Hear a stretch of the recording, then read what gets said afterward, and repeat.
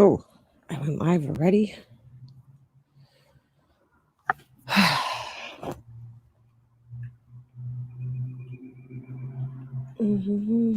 Oh, I gotta make a birthday banner.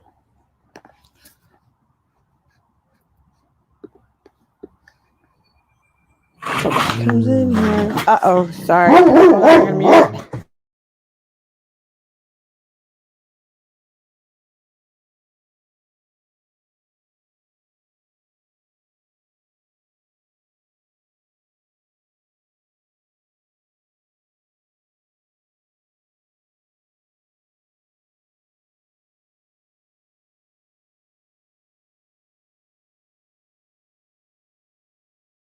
Hold on, Snoop's barking. There's a dog passing.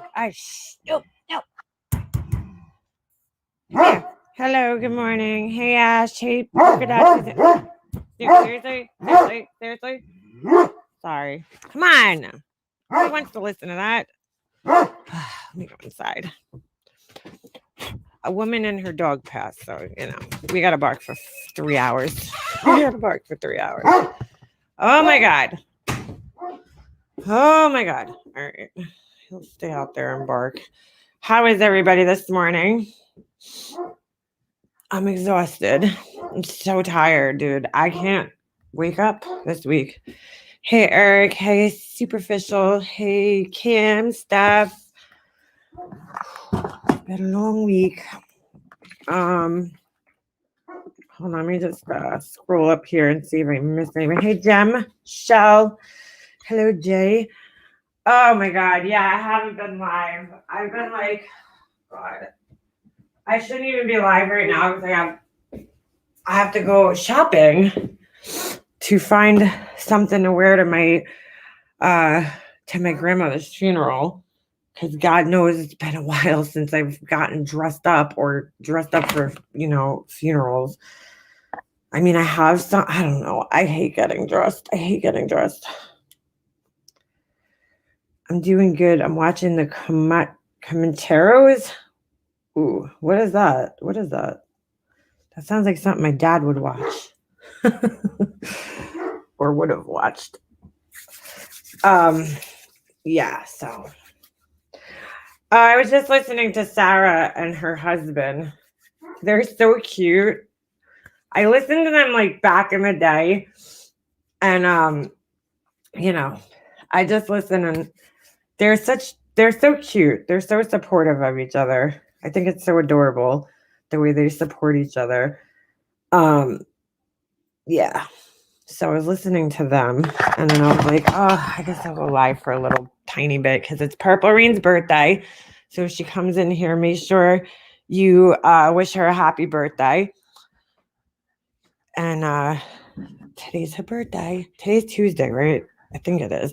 Purple Rain's one of my oldest friends here. I think she was like one of the first few people I connected with when I came here. It was like her, Marianne, and maybe a couple of other people, NYC Urbanista, and they were like the first people I like connected with and shared my phone number with, and we're still friends to this day. Thank you, Judith. Yeah. Oh, it's your birthday tomorrow, Jem. Oh, happy birthday. April 14, 1979. 42, girl. Hold on. We gotta add you to the birthday ticker. Yeah, it's been a rough week, to say the least. And hold on. Happy birthday.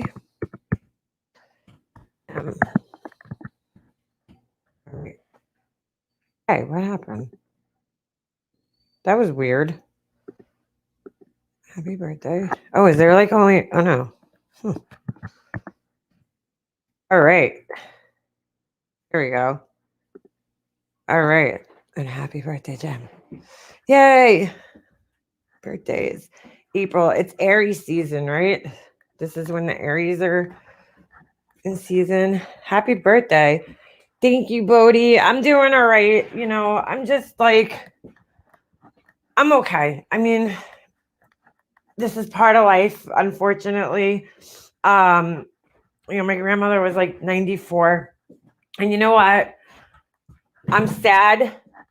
I was like last night, oh God, you guys, I don't know. If you ever lose somebody, I feel like the first like couple of days you go through like these weird, or at least I do.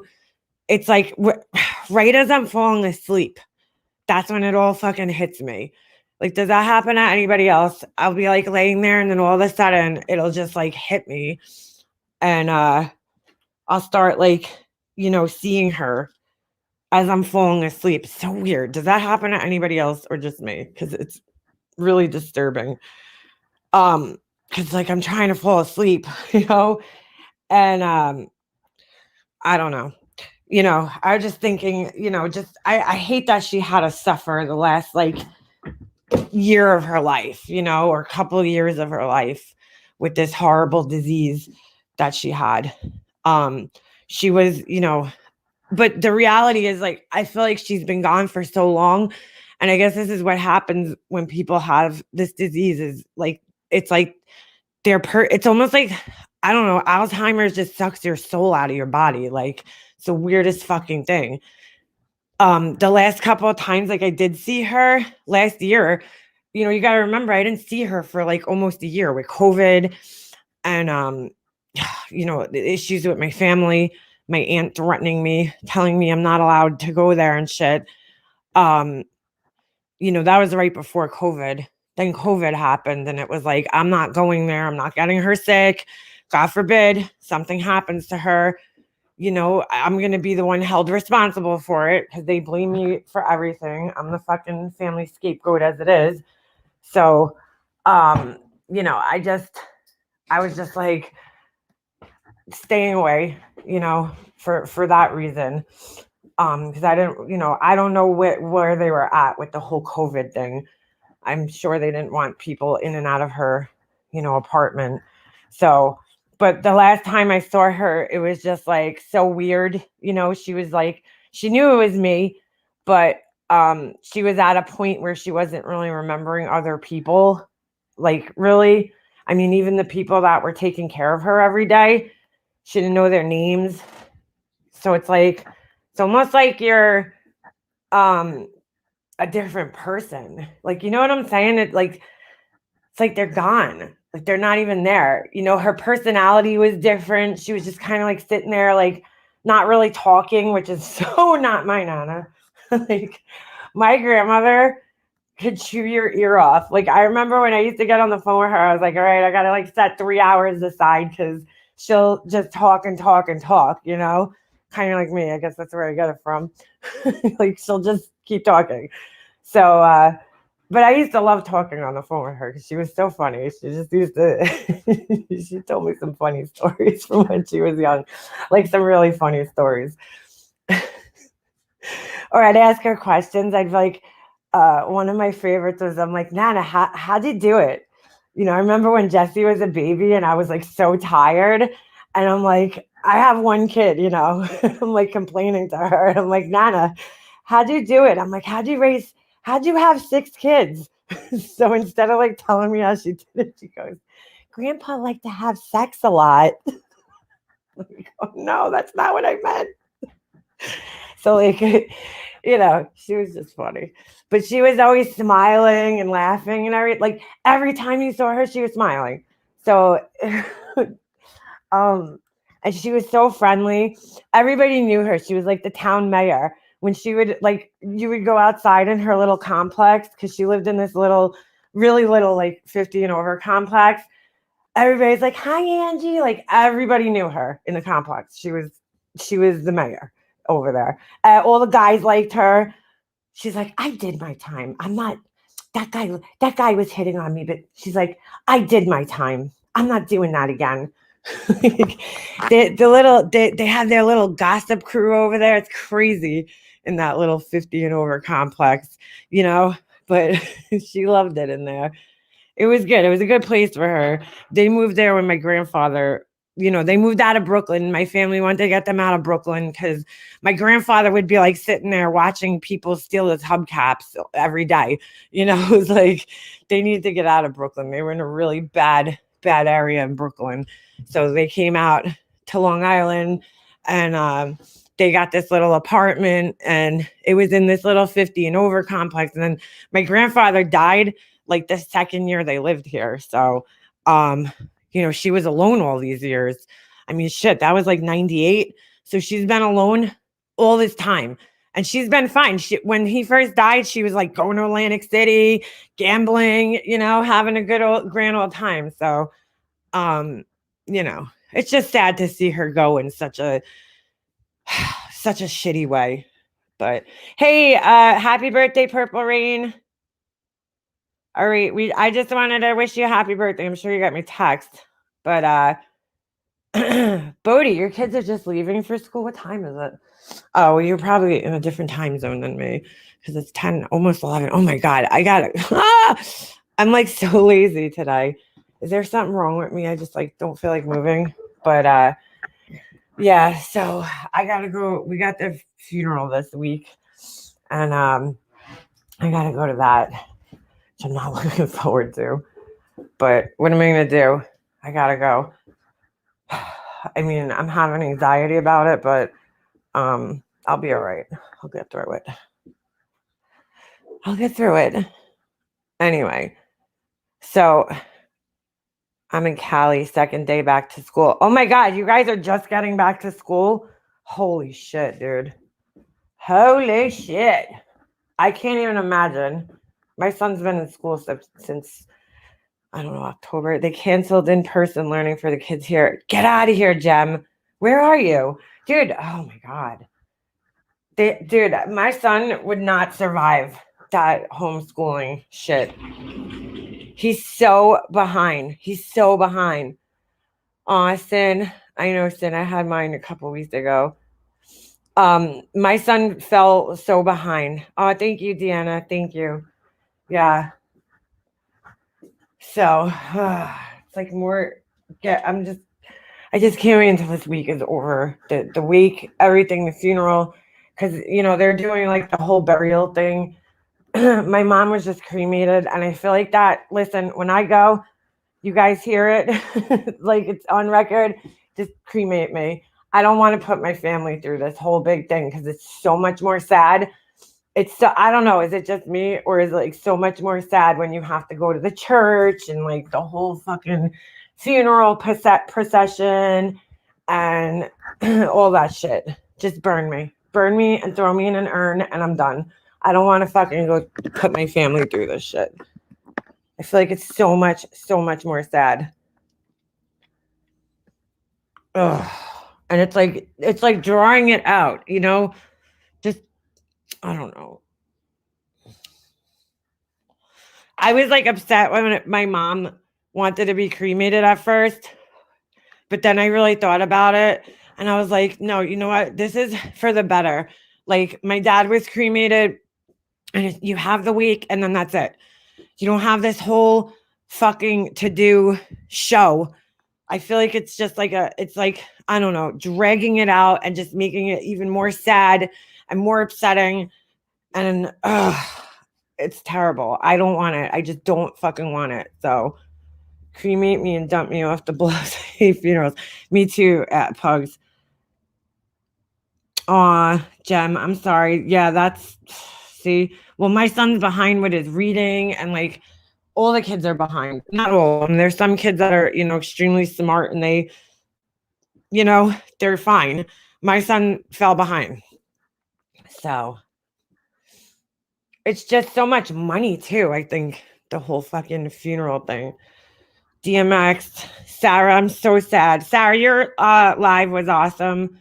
I was just talking about it. I don't know if you were in here yet, but that was really cool, to hear you. And Sarah, don't be so hard on yourself, girl. You're like, oh, I have to start over again. You made a little mistake. Don't look at it like you have to start all over again. That time that you had clean, that whole time, would you say it was 6 years? That's a long time, Sarah. That you still have that time. you still have that time, you know, and I wouldn't start all over because it was a little hiccup. You know, I don't know. That's a lot of time clean, Sarah. A lot of people can't even get, you know, to a year, 6 months. You know, 6 years is huge, huge, huge, huge, huge. So what? You had a little mistake. Big deal. Big deal. It happens. You know, you're going to get back on there, and you are already. You know what I'm saying? So don't be hard on yourself. It's very interesting to listen to you guys because I think we all know somebody in active addiction or in addiction right now, and you know, I I see how much work it is, and it's so scary. It's scary even when people are sober. That's what people don't understand. It's still scary even when the sober phase comes because everybody I know that died from drugs was sober for a while and then relapsed. That's when you die. That's when, especially on heroin, that's when you're more likely to die, is when you relapse. I mean, DMX was clean, supposedly. I don't know what I don't really know what his drug of choice was. They never really said. Thank you, Sarah. Appreciate that. Snoop, really? The water? I know he liked crack, coke. I know he did, those types of drugs. But they never really said what his solid drug of choice was. I guess he just liked to get fucked up on anything. But that's what happens.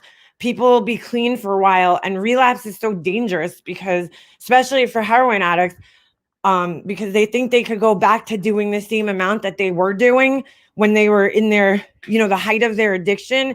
And that's when they die. I mean, that's supposedly what happened to my ex.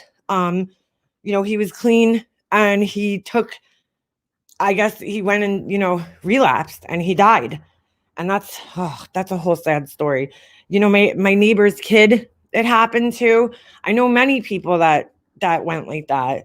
So that's why personally, I don't think it's funny to fucking make a relapse candle or anything like that because people have died from just one relapse, just one mistake that they've made, one bad choice. So, that's why I don't personally find it funny. I think the cocaine led to his heart attack. Yeah, probably. I believe that was really his drug of choice. I've had the history with drugs, and the only two worst drugs are opioids because of the strength and booze because it's accepted. Yeah, well, alcohol is very hard to quit because look how readily available it is. I remember there was a few times my dad tried to stop drinking and he couldn't. He just couldn't. He would get like the shakes and withdrawal symptoms. You can't just stop drinking alcohol like that, especially if you drink as much as he did and every day. You run the possibility of having seizures. It's dangerous. So it's terrible when people overdose after being sober for a while. Their tolerance isn't the same. So when they use the amount they were used to, that can definitely cause an overdose, unfortunately. Yeah. Yep. Ooh, my father was and probably still is a committed alcoholic. I know someone who died at 35 from alcohol withdrawal. See, it's very dangerous, very dangerous. And so sad. So sad. I hope you can be proud of yourself. Even trying to stop is something to be proud of. Exactly. I had a grand mal seizure trying to quit cold turkey. Yeah, see, you can't do that. You really need to. I know for alcohol, they have some type of medication to kind of help you wean you off of it. But yeah, it's dangerous. It could be very, very dangerous to just stop. We had a friend that had to be put on alcohol drip to have surgery because he was such an alcoholic. Oh my God. Wow. See, I'm good on alcohol. Not that I never drink. I know that I have I know that I have the gene the disease runs in my family very heavily on both sides. So and I used to drink a lot. Um, but I kind of just stay away from it now. I don't know. I don't feel good when I drink. Like, I don't like the hangover feeling. I don't know. I just don't like it. I just don't like that whole like after. If you didn't have a hangover, I'd probably be an alcoholic. Put it that way. Like, if you didn't have to deal with hangovers and shit like that, I probably would be an alcoholic because I liked drinking. I did. But I just don't like the hangover. I don't like that next day when you feel like shit. And you're like, it's like, the whole next day, hey, potty mouth, the whole next day is gone too, So I'm good. I'm good on it. My father's family are a bunch of Irish drunks, and my mother. Well, I got Italian drunks who love wine and Hungarian drunks. I didn't know Hungarian people drank, but I guess they do because everybody in my dad's family is big time drinkers. So yeah, she's spiteful. I'm glad she decided not to make it. She got a lot of backlash for it. Yeah. Speaking of Laura, I heard yesterday, first off, Laura, shut the fuck up, okay? And sit the fuck down. You are fucking sad. You know that? You are just one sad fucking excuse for a fucking human being. You really are. 50 years old. She's like live the whole weekend talking about me, I guess. I don't know.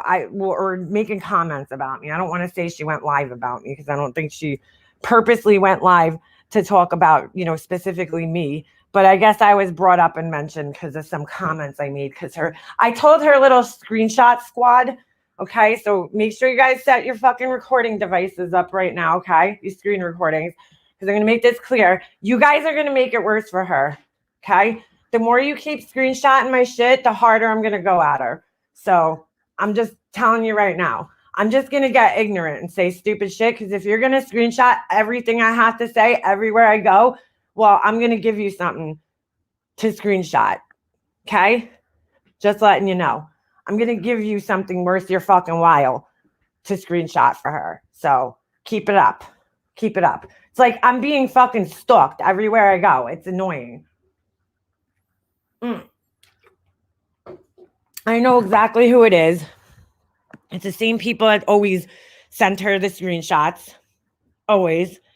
They're everywhere. They're in every chat, everywhere, just waiting for somebody to say something about her so they could screenshot it and put it in her Discord or send it to her, whatever. But keep going, because I'm going to give you shit. If you're going to be screenshotting my shit, I'm going to give you something that's worth your while to screenshot. So, yeah, the paparazzi. It's like, the fuck.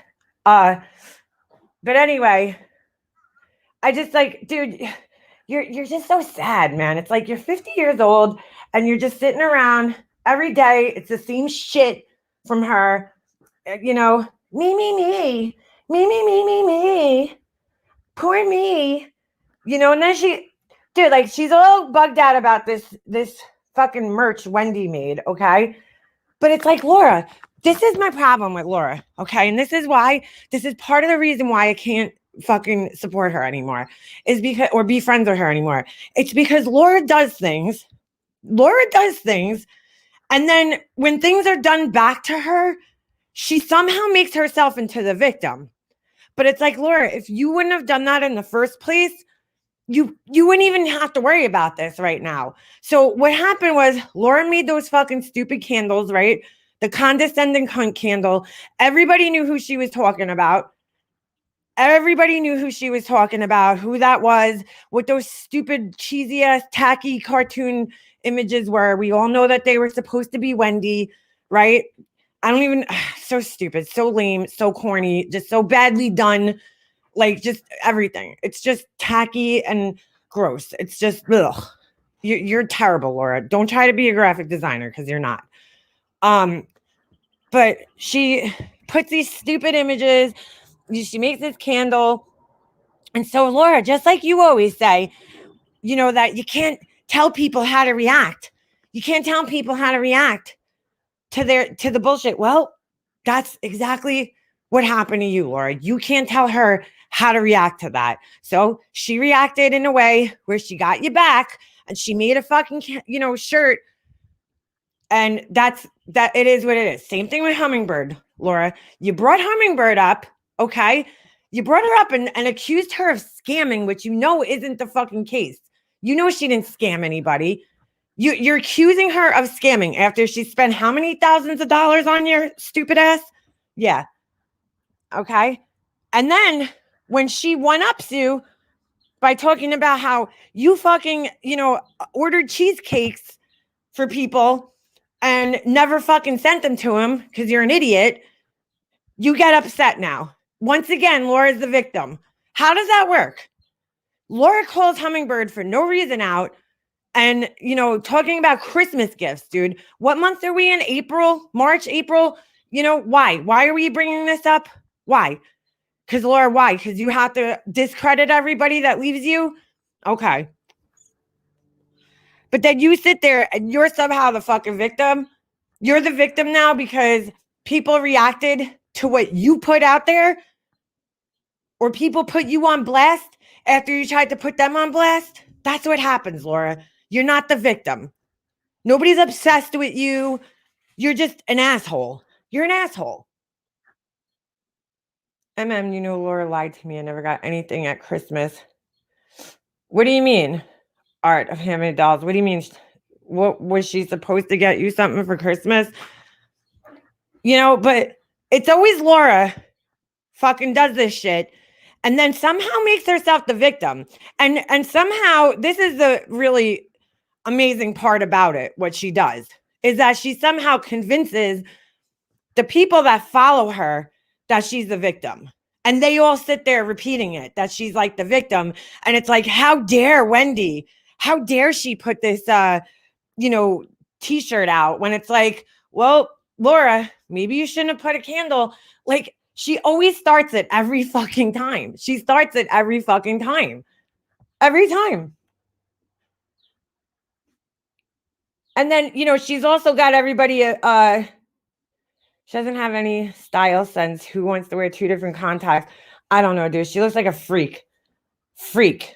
Yeah, those choker necklaces.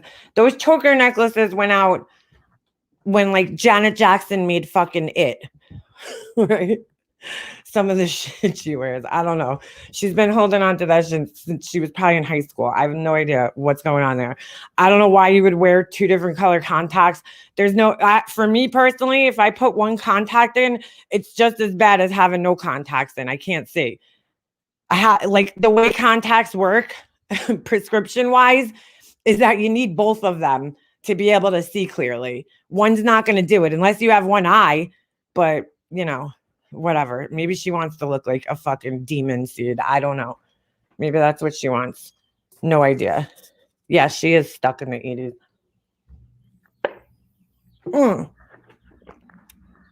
It's like, Laura, you can't sit there and complain when people react, just like you always say, oh, you can't tell me how to react.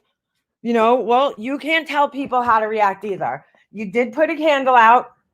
You did put a bunch of offensive images on it. Everybody knew who it was directed at. You didn't have to put the name on it because everybody knew who it was directed at because you must have said it 100 times. In fact, you had it listed on your website as Wendy's Condescending Cunt Candle. So her name was on there. But, you put this thing out and then you're like, oh, how dare she react to me? How dare she make merch with something about me? Well, you know what, Laura? Maybe you shouldn't fucking do shit like that because, if you did that to me, I'd probably go a lot harder than Wendy did. And stop fucking threatening me, Laura. That like, oh, I'm going to out things that MM told me. Sit the fuck down, bitch.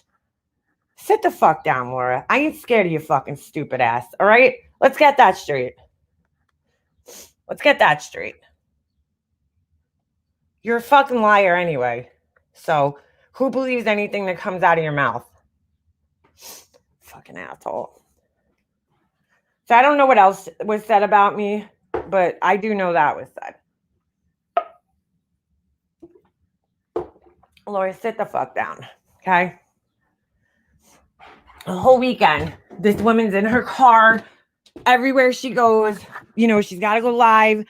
It's just like, dude, God almighty, man, grow the fuck up already, Laura. Your whole life is this shit. For real. And you can deny it all you want, but it's the truth. And it's the truth. I mean, how many panels were you on this weekend? I had some real life shit. Not this weekend, this week. I had some real life shit I'm dealing with right now. Thanks. Could care less what you have fucking going on. You're not even a fucking concern in my mind right now. Oh, God. So fucking sad. I just look at her and I'm like, every day it's the same fucking thing. Poor me, poor me, poor me, poor me. I'm a victim. Poor me. Everybody is picking on me for no reason. Poor me. And it's like, dude, seriously, wake up already, Laura. You're not a victim. You need to stop with the victim bullshit. You should make yourself a victim candle. That's what you should do. It's like, fucking give me a fucking break. Hold on. Laura, you went low. I respected you. I did believe in you till you changed. You turned into a mean girl. No, Arda Hammy Dolls, this is just who she is. She didn't change.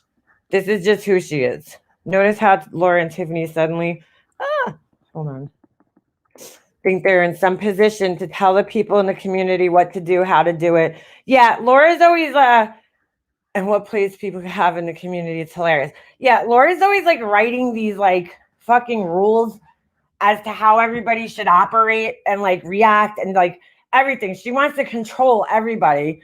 So it's like, she has all these fucking weird rules. I listen sometimes and I'm like, who the fuck are you? Like writing these rules for, like, her cam up rules and all this fucking weird shit. That I'm like, do you sit around and think about this shit? Like, she has like all these fucking weird rules for people. If you're in a chat with Diane, now the other day, Laura called me out, okay? But she couldn't say my name because she's too much of a pussy. And I was in a chat. I forget even whose chat it was at this point, okay? But I was in a chat and Diane came in the chat.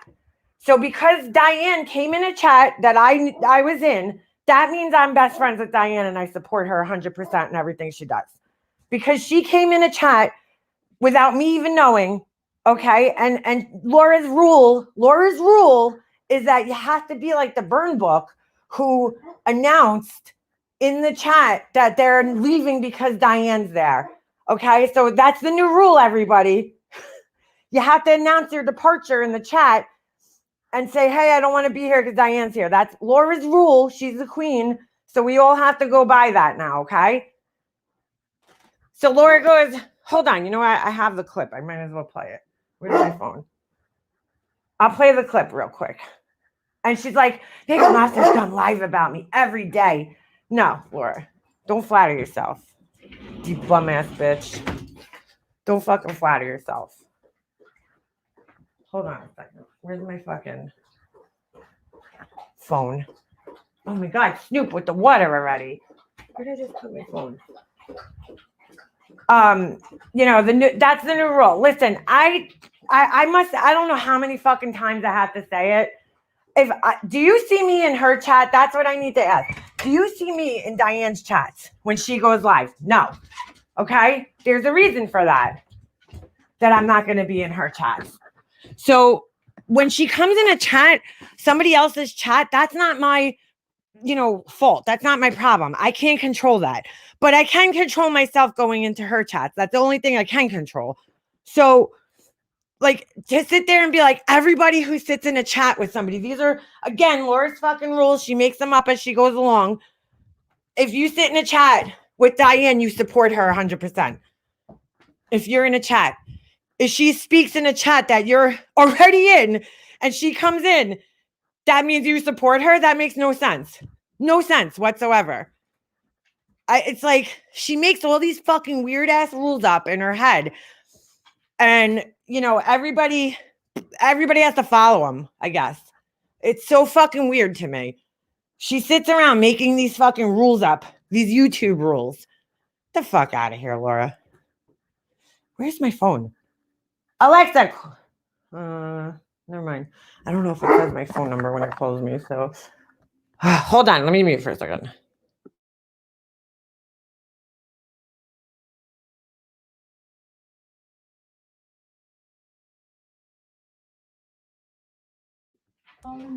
Oh. Go. Nope. Where the fuck is my phone? Go outside. Oh. Not here? Hold on. I'm just looking for my phone. Oh, here it is. I got it. So, all right. Alexa, stop. All right. So, I gotta find it. So give me a second here. It's just like, she's such an asshole. Such an asshole. You get to my library. What day was that? Saturday? Yeah, Saturday. Saturday morning. I believe it was. Hold on.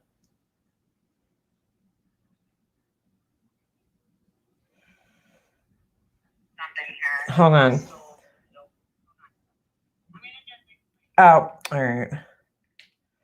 Hold on. I'm trying to find the screen recording of her fucking bullshit that she was saying about me. Hold on. Do. That was my privacy strike. Oh, all right, yeah. That was not the same day. Talk amongst yourselves. I'm just looking for a second. All right, it was Saturday. Saturday, it was in the morning. Hold on, I'm just looking through my screen recordings. Give me a second here. I think it was Saturday. What the fuck? Why can't I find this? Maybe it was Sunday? Was it Sunday? No, it was Saturday. Sorry, I'm a little lost. Oh, here. Is this it? No, this isn't it. Hold on. I don't like even screen record much. So what the fuck? Oh, no wonder why. I'm looking in. Is this it? Nope. Friday. Hold on. It was Saturday morning because I was on the way to my son's hockey game. And for God's unknown reason, I don't even know why I turned her on because I was just like getting dressed and I turned her on in the morning. And then I was like, why did I do this? Why do I do this to myself? Here we go. This has to be it. Hold on. Oh, wait a second. This is so weird. Oh, because I screen recorded. That's right. Okay. I was going to make a video, then I decided against it. So when I screen recorded, I'm talking on the screen recording. But let me just fast forward to the part where she says what she says. Hold on. She's like, oh shit, I might as well just play the video. Fuck it. Absolutely unreal. Okay. Let me just explain something. I don't know if you guys can hear it. Hold on a second. I'm gonna just explain something here, okay? Laura's a pussy. I'm gonna show you guys why. Okay? let's go. Let's listen to this. Where else they think they can go? They think that, yeah, and that's another thing. I don't want to call out names because then it's gonna get into an all-out war. No, it's not, Laura. You're just a pussy, and you can't call anybody's name out. My name. Because we all know who you're talking about. But let's go. But somebody showed me a screenshot where a particular ex-friend, I'll say. Ex-friend. I don't want to call out names because then it's going to get into an all-out war. No, it won't. But somebody showed me a screenshot where a particular ex-friend, I'll say. She can't say my name. And I'll so weird. To that. Ex-friend said, oh, it's all about the money. It is all about the money. You're right. It's about getting the money from Diane. It's about Diane showing the money that she allegedly sent to St. Jude. Okay. All right. So hold on. All right. I'll just I'm going to skip my little part there. Here's the problem with that, okay? The other day, and this is why the screenshot squad is fucking everywhere I go, okay? It was like Saturday morning. I was in Sarah and Dippy's chat, okay, in the morning, and she was talking about something. She was talking about how they treated Mac 11 Lynn, how Laura treated Mac 11 Lynn on her panel the other night, okay? And I said it's all about the money. And when I said that, I was talking about Laura. Laura, you're all about the money. Not fuck Diane, okay? Fuck anything that has to do with Diane.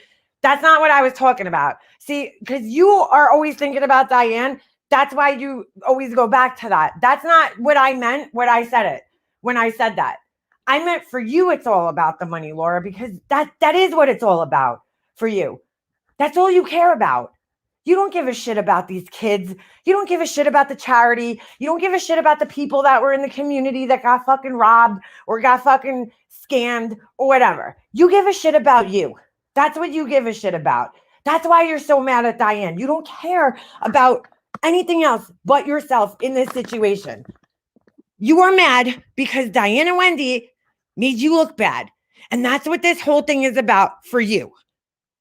Okay, as far as Mac 11 Lynn goes, you were clocking her money, Laura. That's why when I made the comment, because Sarah had made a comment about how you're always watching everybody's money all the time. You had commented several times about Mac 11 and how much money she gave Diane. I didn't even know Mac 11 Lynn donated to Diane. Why? Because I don't sit there watching what people do with their money all the time. But you seem to be babysitting everybody's fucking wallets 24 hours a day. And it's fucking weird. She's like, she's a big donator.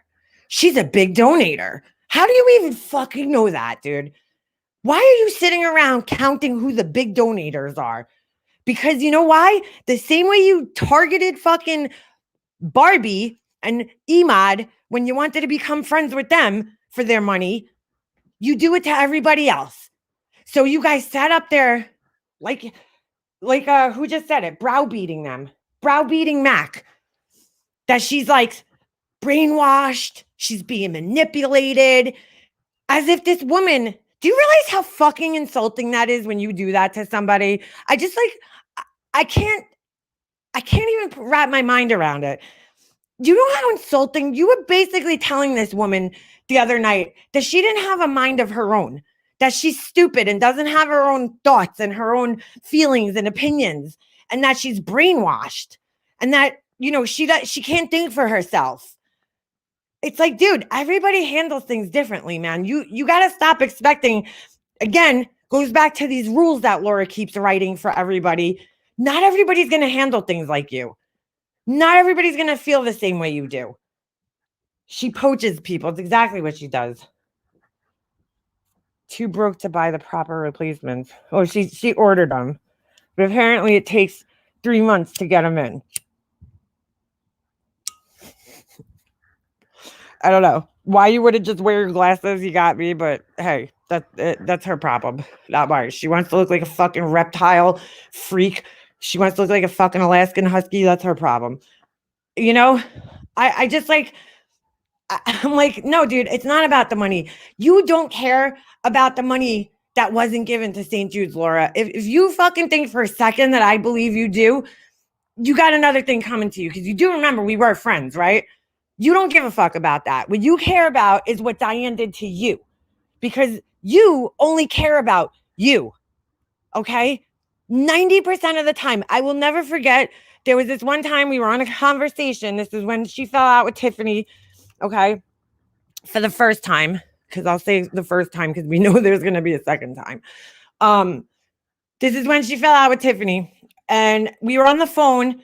And Tiffany kept repeating this thing that I said about Laura to me. And I said, well, I told Tiffany this, and I told Laura that I said this because I have no shame in my game.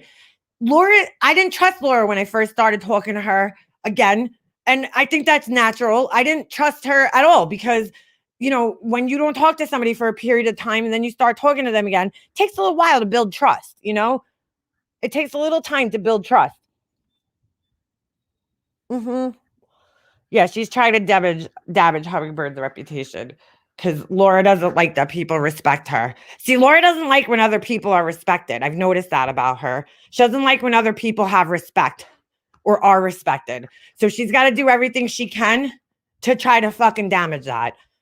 But anyway, what do you call it? I said I was on the phone with her and another one of her little Patreon friends or whatever the fuck they are, okay? And I said, it was really funny because I remember I was saying that, I was telling them what I said to Tiffany when I first started talking, first started talking to Laura, and she was hesitant about being friends with Laura. And I remember telling Tiffany, Tiffany, if you're going to be friends with Laura, you have to understand something about Laura, okay? Laura is only going to be, and before I could even finish my fucking sentence, the girl screams out, Laura's selfish, right in front of her. Right in front of her. So I'm like, yeah, she is. Like, that's basically what I'm saying. Laura's selfish. That is. Laura's going to look out for Laura first and foremost, okay? Like, she's not going to be the type of friend who's going to be like watching chats or worried about, what people have to say about you. That's not the type of friend she is. So if you're looking for that type of friend, you shouldn't be friends with her because that's not the type of friend she is. She's always going to worry about herself first and foremost, and second and third and fourth and fifth and whatever. And she should worry about herself. I'm not saying she shouldn't worry about herself, but she's only going to worry about herself. That's the type of friend she is. So if you're okay being friends with a person like that, then be friends with her, but just know that, you're not going to get out of her. Don't have these expectations of her, basically, is what I was trying to tell her. Don't have these expectations that Laura's going to be the type of friend that's going to have your back or that's going to, do anything for you unless it benefits her. If it doesn't benefit her in any way, she's not going to even pay attention to it. If it has nothing to do with her, she's not going to pay attention to it. She's only going to care when it has something to do with her. That's the type of friend she is. So you have to know that. You have to know that going into the friendship. Otherwise, it's never going to work out. And it didn't work out because Tiffany's, expectations of a friend are just ridiculous as it is anyway. So, but that's her. She's selfish. She's just a selfish person. She's always out for herself all the time. So when I said it's all about the money, I said for you, Laura, it is all about the money. You're here to make money. You've made it clear a million times on this platform that your sole reason for being here is because it's a business and you're here to make money. You're not here to make friends. You've even told people who pay you that you don't want to have personal relationships with them, that you're only here for their money. You only want their money. You don't want to have relationships with them. Okay? So that's the only reason you're here. You make moves on this platform that are going to financially benefit you. You don't care about friends. You don't care about anybody's feelings. You do what's best for you always. That's what I meant, okay? So were you talking to Mac 11 Lynn that night and very worried about her money, her pocketbook, where her money. Listen, if Mac 11 Lynn wants to pay Diane for the rest of her fucking life, that's none of my business, dude. You know what I'm saying? I don't fucking care. It's not coming out of my fucking pocket. I don't give a shit what Mac 11 Lynn does with her money. Guess what? Because it's her money. I don't care. I don't care what she does with her money. Thank you, Pugs. So, Laura, why do you care so much? Thanks, Pugs. Why do you care so much what this woman's doing with her money? Do you, when was the last time you gave a shit about Mac 11 Lynn? Your fake concern for her to me was laughable that night. Because the reality is you're not concerned, but you said it several times that she's a big donator. And guess what? She could be a big donator to you. You have something to gain by talking her out of her position where she stands right now. You have something to gain from it. You have something to gain. You could gain another Patreon. You could gain a member, whatever, super chats. You have something to gain by talking to her. To sit there and even act like you give a shit about her or her feelings is fucking laughable because we all know that that's bullshit. Anybody that's been friends with you, anybody here that's been friends with you, like real friends, knows that that's all bullshit. It's all bullshit. She's very entitled to everybody's money, okay? She's clocking everybody's money, everybody's super chats, everybody's views, everybody's subs, everybody's everything. That's what she does. She's very into the analytics and all that shit. Okay? That's what I meant, that it's all about the money for her. It's not about Diane's money. Laura, you don't give a fuck that you don't give a fuck. What you give a fuck about is that you didn't make all that money. That's what you give a fuck about. Because you want to sit home and fucking sit on YouTube all day and fucking act like you're PewDiePie. That's what you give a fuck about. So stop acting like you actually give a shit about people. Because we all know you don't. We all know you don't. It's like, is it you or everybody else, Laura? You got to start asking yourself that, because there's so many people that I know agree with me that have been close friends with you. You know, you try to tell everybody where to go, what to do, who to talk to, and then you sit up on your platform and you're like, "Look, did I ever tell you where to go, what to do?" No, Laura, because you're not that close friends with her. So of course you're not going to tell her where to go, what to do. But I guarantee if you became closer with her, you would start telling her where to go and what to do. Just like you did to Just Angel, just like you did to Hummingbird, and just like you did to so many other people. Thank you, Freudian Slippers. I appreciate that. It does take time to track everybody's money. Yes, Burn Book, I can see you. Thank you. I appreciate that. Laura always tries to desperately to be cool. Contacts the overdone words. You know, it's like a key purple read. Hold on. Let me highlight this. Thank you, Whiskey. I agree. Laura's so bothered by Purple Rain, who's a subscriber, right? Essentially, who left a comment the other day, and Laura bugged out. Why? Because Laura knows that going after her is going to bother me. That's why she does it. Because Laura's too pussy, again, to say my name, like I just showed you guys, or to come after me. So she's going to fucking use my friends to do it. Laura, you're a fucking pussy, okay? If you want to talk about somebody, talk about me, okay? Do yourself a favor. Talk about me. Don't talk about other people. You're a pussy for doing that. You're a child. You sound like you're in high school. Grow the fuck up. You're 50 years old, Laura. Seriously. Grow the fuck up already. Take the fucking nose ring out. Nobody takes you seriously. You look like a clown. You act like a clown. You are a fucking clown. That's why she wonders why everybody sits here and feels a certain way about her, why people talk about her. It's because you keep saying ignorant, stupid shit, which prompts people to react to it. So long as you keep saying stupid shit about me, Laura, I'm going to react to it and call your ass out. Because I ain't fucking scared of you. Unlike other people who I know are scared of you. I'm not. So come for me. She don't care about anybody. That fucking woman has no heart and soul. No, she doesn't. She doesn't. I tried, man. I tried to see the good in her. I did. But she makes it hard. She makes it very hard. You know how many times Laura fucked me, like, while we were friends, you know, just by blurting shit out that I told her in private, showing my fucking, you know, personal messages to her, fucking, you know, she's fucked me so many fucking times, it's not even funny. And I forgave her every single time. Every time I forgave her. She don't care about other people. You know, you ain't fooling nobody, Laura. She is so heartless and mean. She is, man. She really is. You know, I really tried to see the good in her. I really did. I tried. But I just don't. I just don't, unfortunately. She could keep putting on this fucking fake moral fucking, you know, authority act that she's putting on right now. Thanks, Deb. Clock it. Oh, shit. She could keep putting it on, keep acting, you know, but no, girl. I know better, and so do all the other people who are friends with you. We all know better than that. You don't really give a shit. She blurts shit out on purpose, never an accident. I agree. I agree.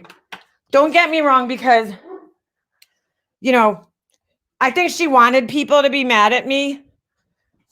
months and months. I'm talking like a year ago because she accidentally showed one of my messages to her. And I let it go. I was like, it was an accident. But she did it like 3 more times to me. And I kind of find it hard to believe it's an accident after the 3rd time it happened. You know what I'm saying? And it's like, she just makes you look stupid every fucking time, dude. She makes you look like an asshole. You know how many times she made me look like an asshole? Like, I can't even keep count how many times. She had no friends in high school. I don't know what her high school life was. I don't. What do you mean, Just Angel? Who what? I know you're mad, but hope I can what? I'm not mad. I'm just like, dude, what the fuck is wrong with this bitch? Like, you know, shut up, Laura. Stop fucking threatening people. Stop threatening me. I'm not scared of you. I don't give a fuck what you say. You're not gonna fucking scare me, Laura, with your big mouth, okay? So just get that out of your fucking head. Okay? I got real life shit to deal with. I need to worry about you and your big fucking mouth. You're a fucking baby sitting around all weekend crying. Wah. Wendy made merch with my name in it. You know what, Laura? Stop fucking with people and then they won't have to do that. Read the last message before that. Oh, all right. Hold on. Make peace. No, I'm not making peace with Laura, the burn book. I have no interest in doing that. I gave Laura more chances than anybody in this community. Okay. I'm done giving her chances. That's it. We don't need to be friends. No, thank you. She don't care. Like I said, I really want to know who they are. People she calls stupid cunts, morons, lowlifes, inbreeds, bitches, etc., etc. Who is she talking about? That's what I want to know. Yeah, Just Angel, I know who she's talking about. She's talking about me. She's talking about you. She's talking about BTS. She's talking about Hello Starlight, Mandolin, and you know the whole crowd, the whole gang. Laura hates that those people never accept her, no matter what she does. That's what she hates. And she wants to be accepted by them. And she never will be. I'm waiting for you to come at me, Laura. Well, Whiskey OG, that's why Laura's so triggered by Purple Rain, because she's in your chats. That bothers her, you know? And because I'm friends with her and she doesn't like Laura, which is, I think, the one and only conversation I ever had with her about Purple Rain was that she didn't like you. I was like, she don't like you, Laura. I mean, I don't know what to say. Like, she doesn't like you. Sorry. She doesn't. She never did. I don't know why. Laura keeps threatening your friends to out their secrets. First of all, Romad, I didn't tell anything go ahead, Laura, because I like to see what fucking lies you come up with. We all know they're going to be lies. She wasn't even listening to me half the time when I was on the phone with her because I could hear her typing. So you think I'm worried? No, you're just going to make fucking lies up because you're an asshole. There's nothing to out about Purple Rain that she would be embarrassed of. I don't know if people pay attention to her in my chat, but she's a pretty honest and open person. She's talked about her, struggles with alcohol. She's talked about her anxiety, depression. I mean, there's nothing that she would be embarrassed about like that Laura could say. So go ahead, Laura. Go ahead. I'd like to see what you fucking think that I told you about her, because I know I never told you anything. Like, you think I'm scared? Go for it. And I don't know who the fuck else she's talking about, to be honest, except for Tiffany, because that's probably the person I told her the most about. And go ahead. Please embarrass Tiffany. Go for it. I don't give a fuck. Going back to Tiffany for a second there. Tiffany's like, oh, make a mobster told everybody my personal shit. See, there's stuff that happens behind the scenes that people don't know about. And I'll tell you guys a little secret right now what happened. Back when I first fell out with Tiffany, there was a certain person who used to be a mod on my channel, okay? And she called me up. We had this whole big long conversation about, what happened. And I told her my side of things because I thought she was my friend. I thought this person was like a real friend to me. So I sat on the phone with her for a couple of hours. We talked about things. And then this person, and I to this day, I personally feel like she set me up. But this person, while I was on the phone with her, she had told me some of the things that Tiffany told her, because Tiffany called her when we fell out, okay, to try to manipulate her. And she did successfully so, because that person's no longer a mod on my channel. But she told me some personal things that Tiffany told her about me. So, that was where I was like, all right, this bitch is going to be telling my personal shit. Well, I guess she's fair game. And she showed you private text. Sorry, I'm just spraying something on my nose so I can breathe. So, but people don't know that shit. Yeah, Tiffany is the common crazy denominator. So this person set me up then, okay? She kept making all these weird excuses. This one has COVID. I was diagnosed with this. She had all these like fucking weird stories for why I hadn't heard from her. I saw her in Tiffany's chat and I was like, listen, I'm not usually a dick like that, but you're not going to be a chat. You're not going to be a mod in my chat and then, be in her chats. Like I have to protect my channel. So I have to take your wrench away. So I did that. Then she called me up. And I do believe that Tiffany was on the phone when she called me, because it was very weird the way she called me. And I could be wrong, but I think she was.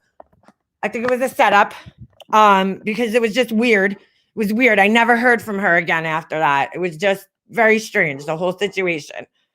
So I wouldn't tell anything private to Laura, Tiffany, or no, Ash. I wouldn't either. We all know she is a liar. She is a liar. She is a fucking liar. There's a lot of, they're all exactly where they should be. All the liars are together. If you choose to talk to any of those people, have a personal relationship with any of those people, that's on you, man. That's on you. Like, just don't cry when they fuck you over, because they will. I have put leashes on many bitches and walked them all. Only smart people who aren't even evil assholes understand me. That's all that matters. What's funny, Ash? I remember having a conversation with Laura. Now all of a sudden you're like the worst person. But I remember, and it's no secret, Ash, I didn't care for you for a while. I was like, ugh, Ash, you got under my skin. I'll admit it. You know how to get under people's skin, which is a talent, but Laura, I remember talking to her, and Laura was like, I always liked Ash 274. This is when she wanted to make peace. Make money. I mean, peace. She wanted to make peace with everybody. Her fake ass, ploy for peace there, where she wanted to make peace with everybody for money. She was like, oh, I liked Ash. I always liked Ash. She was trying to convince me. She needed to get me on board with everything, with the peace treaty that she was making for money. So I was like, well, she rubbed me the wrong way. I said, but we had a whole conversation about it and whatever. And Laura's insisting that she always liked you. So I find it funny now that she's like dogging you everywhere because, she loved you. She loved you a couple months ago when you were putting money in her pocket.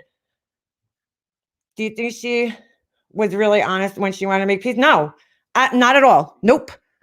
No, it was all for money. That was so she could make money. Period. End of story. Because she knew she was going to be losing her job soon. So everything she does on here, you guys have to remember, everything she does on here is for money. If she's talking to somebody, it's probably because they're going to help her make money in some way, shape, or form. Okay. So her going into like these, you guys notice how like she sent candles to certain people, right? Like shoot the shit. I don't know how many subscribers they have, but our communities haven't really mixed too much until this point, right? Like shoot the shit's always been drama community and drama community only. She's never really come over here into this side of the community ever. But now she's over here. Because why? Laura's poaching her subs, basically. So she sent her a candle to butter her up, get her to, put her candles, shout out for her candles because she needs all those people to buy candles from her. She needs it. So you have to question the sincerity in the things that she does, because everything's being done for money. I didn't know that she knew she was going to lose her job. Well, the burn book, she was put on probation at her job. She was like literally put on probation at her job. So there was a warning. There was a warning that she was going to lose her job. And so most people, this is what happens when most people are put on probation. I was put on probation at work one time because I was chronically late to work because I suck at life. But I was late. So my boss put me on probation. So you know what I did? I set my alarm clock an hour early every day and got up an hour early to make sure I was on time to work so I didn't lose my job. Okay? So that's what most people do if they care, if they want to keep their jobs, right? They improve themselves, like for whatever they're on probation on. She was on probation for having, she mishandled a situation with a customer, okay? And she got put on probation, and she talked about this online. So I'm not like outing anything secret. She talked about this on her lives. That's how I know it. We didn't talk about this personally. And she was put on probation. Her boss saved her ass. Okay.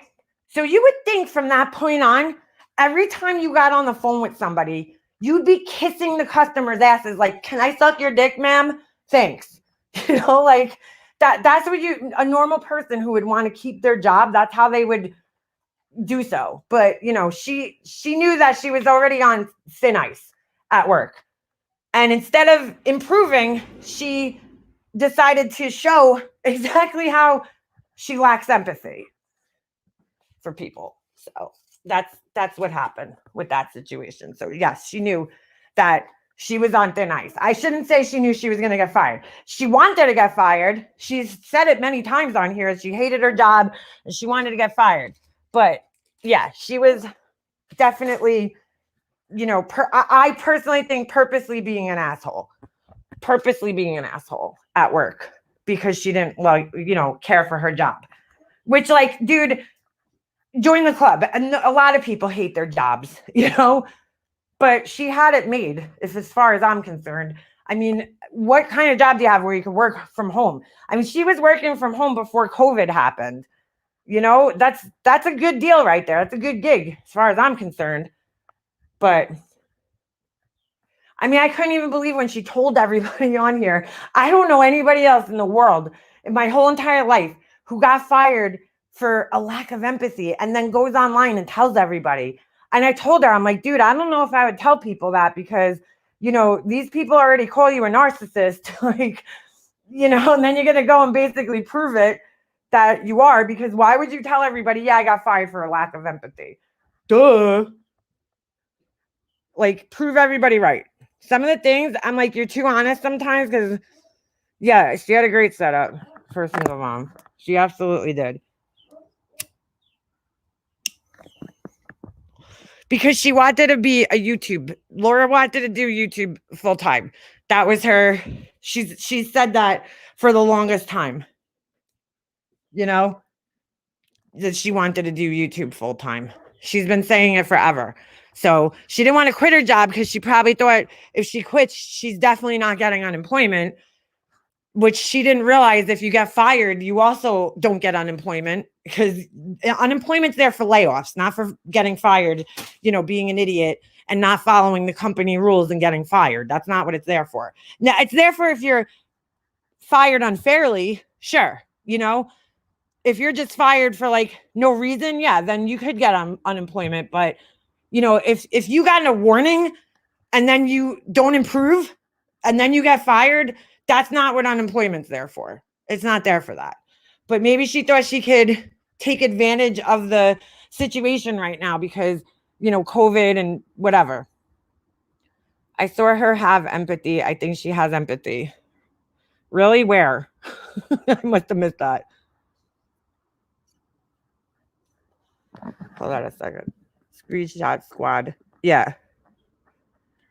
I don't know if you were in here earlier, Just Angel, but I'm giving this screenshot squad, I said if they're going to sit here and screenshot every fucking thing I say in every chat, I'm going to give them shit that's worthwhile screenshotting. You know what I'm saying? Like, because they'll screenshot Like the other day, me and fucking Sarah's chat just saying it's all about the money. Now, totally was taken out of context and totally didn't even know why I was saying it, but Laura saw it and she had to react to it, although she couldn't say my name. So from here on out, I'll give you something worthwhile to screenshot. She has to play sad music to make herself cry. She's like, hold on, let me put my eye drops in. But I wish she had 30 to 60 people in the chat before she started swinging from Diane's nuts. She doesn't give a single fuck about the kids. I agree wholeheartedly, Bodhi. This was like it for me. I was like, dude, I've gone along with some of your crazy shit. This is like, I'm not going to go along with you pretending that you care about fucking kids and give a shit about the people in this community. Because you don't. That I'm not going to sit around for. Sorry. I got to go. I'm not going to fucking sit around while you call somebody a scammer when you've been through some questionable shit yourself, I mean, with Tawanda, with the, collecting money for various reasons and then never pulling through with the things that she said she collected the money for. I'm not, I can't sit back and be like on board with that shit. I got to draw the line somewhere. I mean, there has been questionable shit, Laura. I'm sorry. You can't deny it. There's been times where, you might not have asked, oh, can people send me money for a lawyer? But that if you go on a live and you're like, I need to hire a lawyer. I don't have the money for it. Everybody knows you cry all the time and you're a broke ass fucking single mother. We all know your story, your sob story. Like, we get it. We totally get it. So everybody's going to help you out when you say you need something that we know you can't afford, like a lawyer or a trip to Disney or whatever. People are going to help out. That, I know it. If I got up here and started saying that I can't afford this, that, and the other thing, people are going to start fucking super chatting me. It's just the way it goes. I think after 3 years, I think we know what people super chat for and what they don't super chat for. So to sit there and act like, oh, I didn't ask for it. Well, you also weren't very quiet about it. You knew that people were going to start giving you money when in a situation like that. You know that. That's what people do on here. They help each other. So you knew after the first time you weren't going to get a lawyer. You knew the first time that you fucking had a CPS call that a lawyer had no means to help you. But then you said it again after the second one and collected more money for it. But she always has a fucking excuse every time. Every fucking time. So I can't sit behind and, be like, yeah, and then with the candles, that's a whole nother story. I couldn't sit behind there and be like, you know what you're doing and the prices you're charging right now, I can't stand behind that either. So, sayonara. Laura said she wants a $300 prom dress, and told what? Laura said, oh, her daughter wants a $300 prom dress, and I told her it was too expensive. Really, I spent about that on my prom dress. I think that's actually reasonable for a prom dress, $300 for a prom dress. Yeah, that's what prom dresses cost. Like, I don't know really where you're going to find a cheaper prom dress. Good luck with that. I don't know. Prom dresses are expensive. Mine was like, and this was back in I bought, my dress was fucking, it was a sample. So it was a little bit cheaper than like normal, but my dress was around $275, I believe I paid. And that was in 1999. So her hair extensions are more important. Well, I mean, hair extensions could cost upwards to $1,000. I mean, they can get really expensive. Yeah, she could go to Goodwill, but I would see, that's the difference. I would be like, hey, you know what? My hair could wait. I'd rather my kid enjoy the prom, but that's just me. My son's prom clothes are more than $300 and he's a boy. It's all expensive. Yeah. I mean, $275 was expensive back in the day. And I was trying to go cheap for my mom. Like, I probably could have spent more, but my mom was paying for it. And I was trying to, not spend that much money. So I found a sample dress that was like a size 8 that needed to be taken into a size 0. But, you know, because they're usually cheaper if you buy the sample dresses. It's a beautiful dress. But, you know, for the time, I mean, Goodwill here don't have anything worth. Yeah, I don't know. I would never.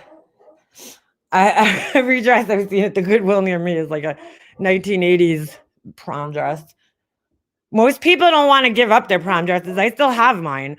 I can't give that shit up. I don't want to fucking get rid of it. I still have it. It's hanging up somewhere in this house. I think it's in my son's closet, actually. I still have my 9th grade semi-formal dress. I couldn't give that up either. So, boy, her dress, her press and nails. Yeah.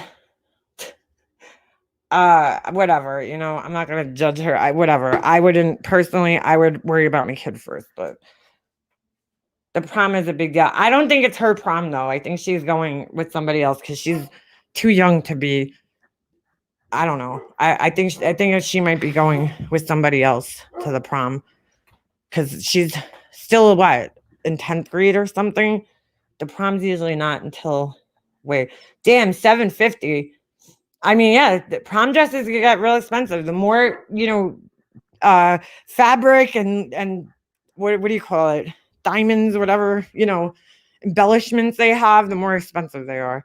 So, I mean, I'll drop $300 on a dress easily to go just to like a wedding or something. That's nothing for a dress. I paid that for my dress for my fucking engagement party. She doesn't care about kids. She don't care about you. She don't care about the people. She should care about what the fuck that thing is. Watch that ass. Listen, you know, I just like, don't sit around pretending that you give a shit about these kids and St. Jude's and all this other shit. You know, you're doing that, donating the money so you could get the pat on the back to try to turn it around because you feel like your image, you know, I know it's killing her right now that Diane still has support, given the fact that Diane, what she did. And here's the difference, and this is what she doesn't understand between her and Diane, okay? Because Laura in her head, she doesn't understand. She's like, why is it that everybody hates me? So she blames Diane for the reason that everybody hates her. And while, you know, maybe some people hate her because they sat in Diane's chats and listened to the things that her and Wendy had to say, maybe some people. But for the most part, most people are able to see like, dude, it's you. You know, you are the reason why people don't like you, man. It's not other people. You know, you can't see there's, you know, she in her head, Diane's this narcissist and she has nothing redeemable. But Laura, other people see you the same way. That's why people don't like you. They see you the same way. A lot of people in this community see you the same way, not because of Diane, but because of your own actions, man. The way you talk to people, the low things you say about people, the way you attack people, you know, your personality, your just overall nasty personality is part of the reason why people don't like you, man. You know, it's not everybody else, Laura. It's you.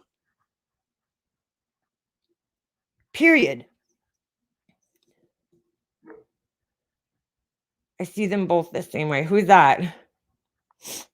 It's the things she says and the way she makes people feel. Exactly. I mean, don't get me wrong. When I was friends with her, I always understood why people didn't like her. She's abrasive. You know, she's a loudmouth. She says a lot of unsavory things. I mean, fucked up things about people, you know, and that's the reason why people don't like her. But she doesn't see that. You know, to some people, Diane made a mistake and she's still redeemable in their books because her overall fucking personality isn't horrible. You know what I'm saying? She's not cursing people out on the fucking daily. I mean, I don't know. You know, maybe there's something in their eyes. Maybe they see something redeemable about her. And I'm not saying everybody does, but the people that are there supporting her obviously see something redeemable there. So Laura, that's you gotta look inside yourself too and be like, well, why are people not liking me? You can't always blame another person. I mean, there's people, she's one of those people that it's either you love her or you hate her. There's no in between. There's no middle ground when it comes to her.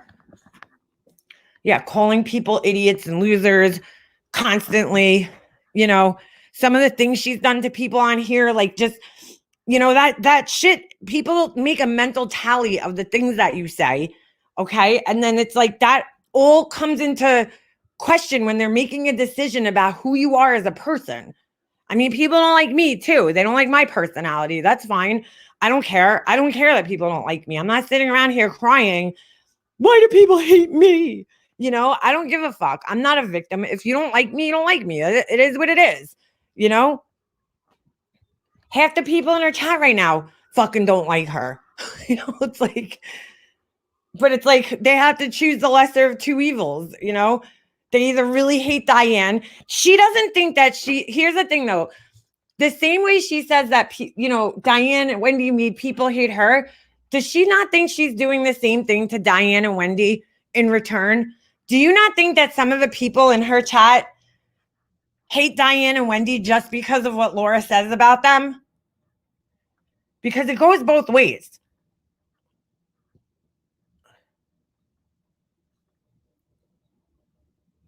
It goes both ways. I think a lot of the hatred that people have, because I'll see them like repeating things that they've done to or said about Laura. And I'm like, dude, Laura's not innocent in all this. Like, she's not. She's just not. Everybody's looking at it like she's this, she did nothing wrong. Just as it's just like how she says Wendy's obsessed with her. Laura, you're just as obsessed. You have to mention her every fucking time you go live.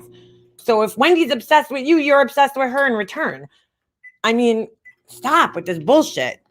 Just like she does this content bullshit. I guarantee you she will say about this live, oh, people are desperate for content. They're desperate for content. No, Laura, you're just as desperate, girl. You play other people's lives. That's your content. You can't entertain people by yourself. You have to have other people on your panel, or you have to talk shit about other people. Your content for the last 3 months has been Diane. Hey, Hummingbird. It's been Diane. That's been your content for the last 3 months. Or however fucking long this shit's been going on. That's been your content every fucking time you go live. Even when something else happens, you bring it back to that every time. Every time. But then you sit around saying other people are hard up for content? Come on. Dude, you're just as hard up then. Like, take a look in the mirror, dude. Seriously. Take a fucking good hard look in the mirror at yourself. Coming from a subscriber because I ain't shit. No, you are shit. You're shit in my book, Just Angel. Not shit. You're a good person, but you know what I'm saying. Talking about the same topic every time gets very boring and old. That's just me coming from a sub-critique. Yeah, it's the same thing. It's the same. It's not even just the same topic. She says the same things about it over and over and over and over. Diana's a scammer. Diana da-da-da. It's like, all right, Laura, we heard you. We got it. You don't like Diane. She's a scammer. She scammed the community. Blah, blah, blah, blah, blah. We got you. Some people want to just move on from it. Okay? If people want to forgive her, that's on them. If people want to forgive and forget, that's on those people. Let them do that. It's not affecting you. It's not, who cares what people want to do? Let them do what they got to do. You should care in times where, a child predator is coming into the community, allowed in. That's when you should care about other people. But if other people want to spend money on Diane's membership, let them. That's on them. That's their problem, not your fucking problem. Why are you so worried about it? Why do you care what other people do with their fucking money? I don't understand that. I don't get it. If you want to fucking give your money to somebody who told you that they were giving all their money to St. Jude and then didn't, that's your fucking problem. That's not my problem. You put the warning out there. Everybody knows the story. If you still want to give that person money, that's your problem. That's on you. I don't care. It's not affecting me in any way, shape, or form. My bills are still paid. I'm still living my life. You cannot tell people how to live their lives and what to do all the time. She does it all the time. She has these fucking crazy rules that she makes up for everybody. With the camming up bullshit. That she made these fucking rules for camming up. Why? Why do you care if people cam up? Why do you care if people want to be friends with somebody who never cammed up? What the fuck effect does that have on your life? Please tell me how that affects your life. Yeah, and the lies on people, Hummingbird. I went over that this morning. In fact, that's what started this whole rant because, she's been trying to discredit you, me, everybody that left. Everybody that left has to be discredited. Always, constantly. I said this morning, Hummingbird, Laura sits around and acts like the victim all the time. She's like, how dare Wendy do that? Make this merch. Well, you know what, Laura? Maybe you shouldn't have made a candle.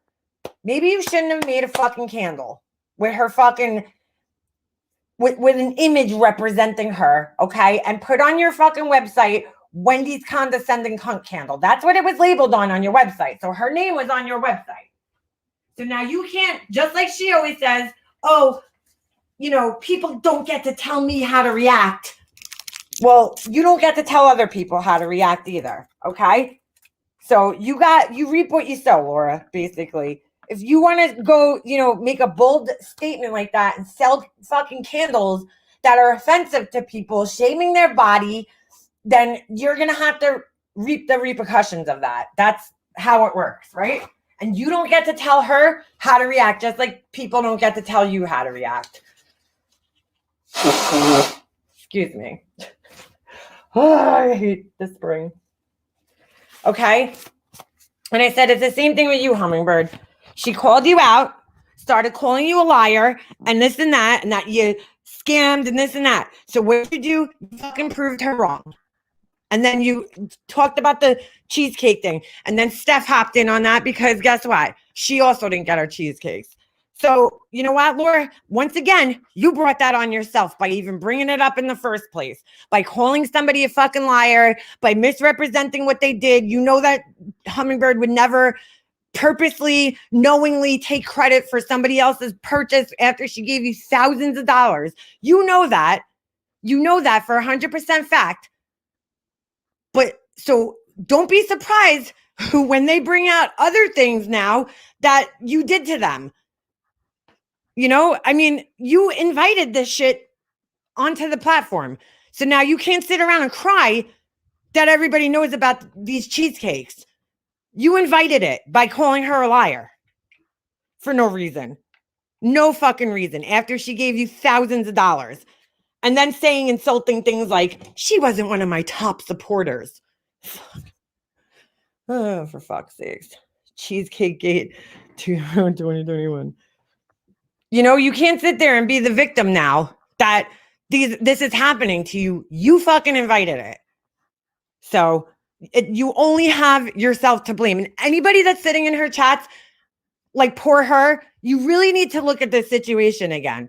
Just, I beg you, open your eyes and look at the situation and how everything went down. Because she's not a victim. She's not a victim. It's not like Wendy just was like, hey, let me make this shirt for no reason. No, you had a candle. You fucking were very clear that it was directed at her. And now this is what happens. So don't sit around and cry. I made a cheesecake for Easter. So if you want it, let me know. I'll send it to you, Laura. I didn't eat it. She's like, what was I supposed to do? I ate it. Well, here's the thing, okay? Here's another thing I want to point out. I pointed this out in the comment section the other day under Wendy's video. She's like, I keep seeing people saying, well, Hummingbird told her to keep the money. She did. You're right. 100%. Because what was her other choice?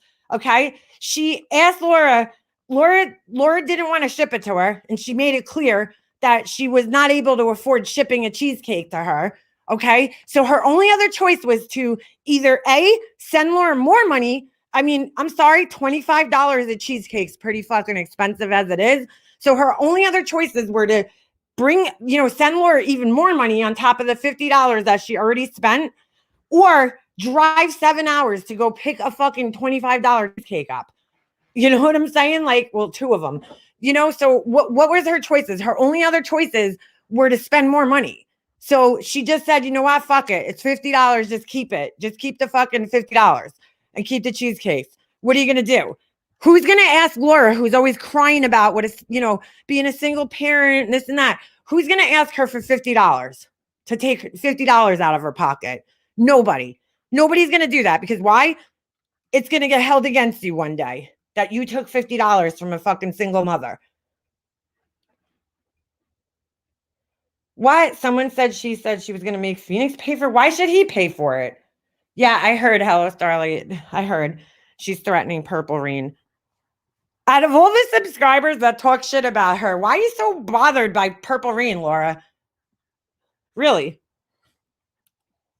I mean, there's plenty of other people that talk so much shit about you, but I know why she's bothered. So, what was her choices but other than to tell her to just keep the money? If she's already out the money, Laura would not ship the cheesecakes to her. She was like, oh, I can't do all that. I can't afford that. So what is Hummingbird supposed to do? Send her more money now? No. I wouldn't. I would have said the same thing. I would have just been like, you know what? Just keep the cheesecakes, keep the money, whatever. It's $50. I'm out. Purple Rain is no. You know why, Justine? Because Purple Rain, A, is always in Whiskey's chats, and Laura, that bothers Laura. And B, she doesn't like Laura, and that bothers Laura. Laura always says she doesn't care. She doesn't care who likes her and who doesn't like her, but then she picks people out of chats and threatens them. But she doesn't care. She doesn't care. Exactly. If Hummingbird didn't care about the cheesecakes, why would she care about the boots? Exactly.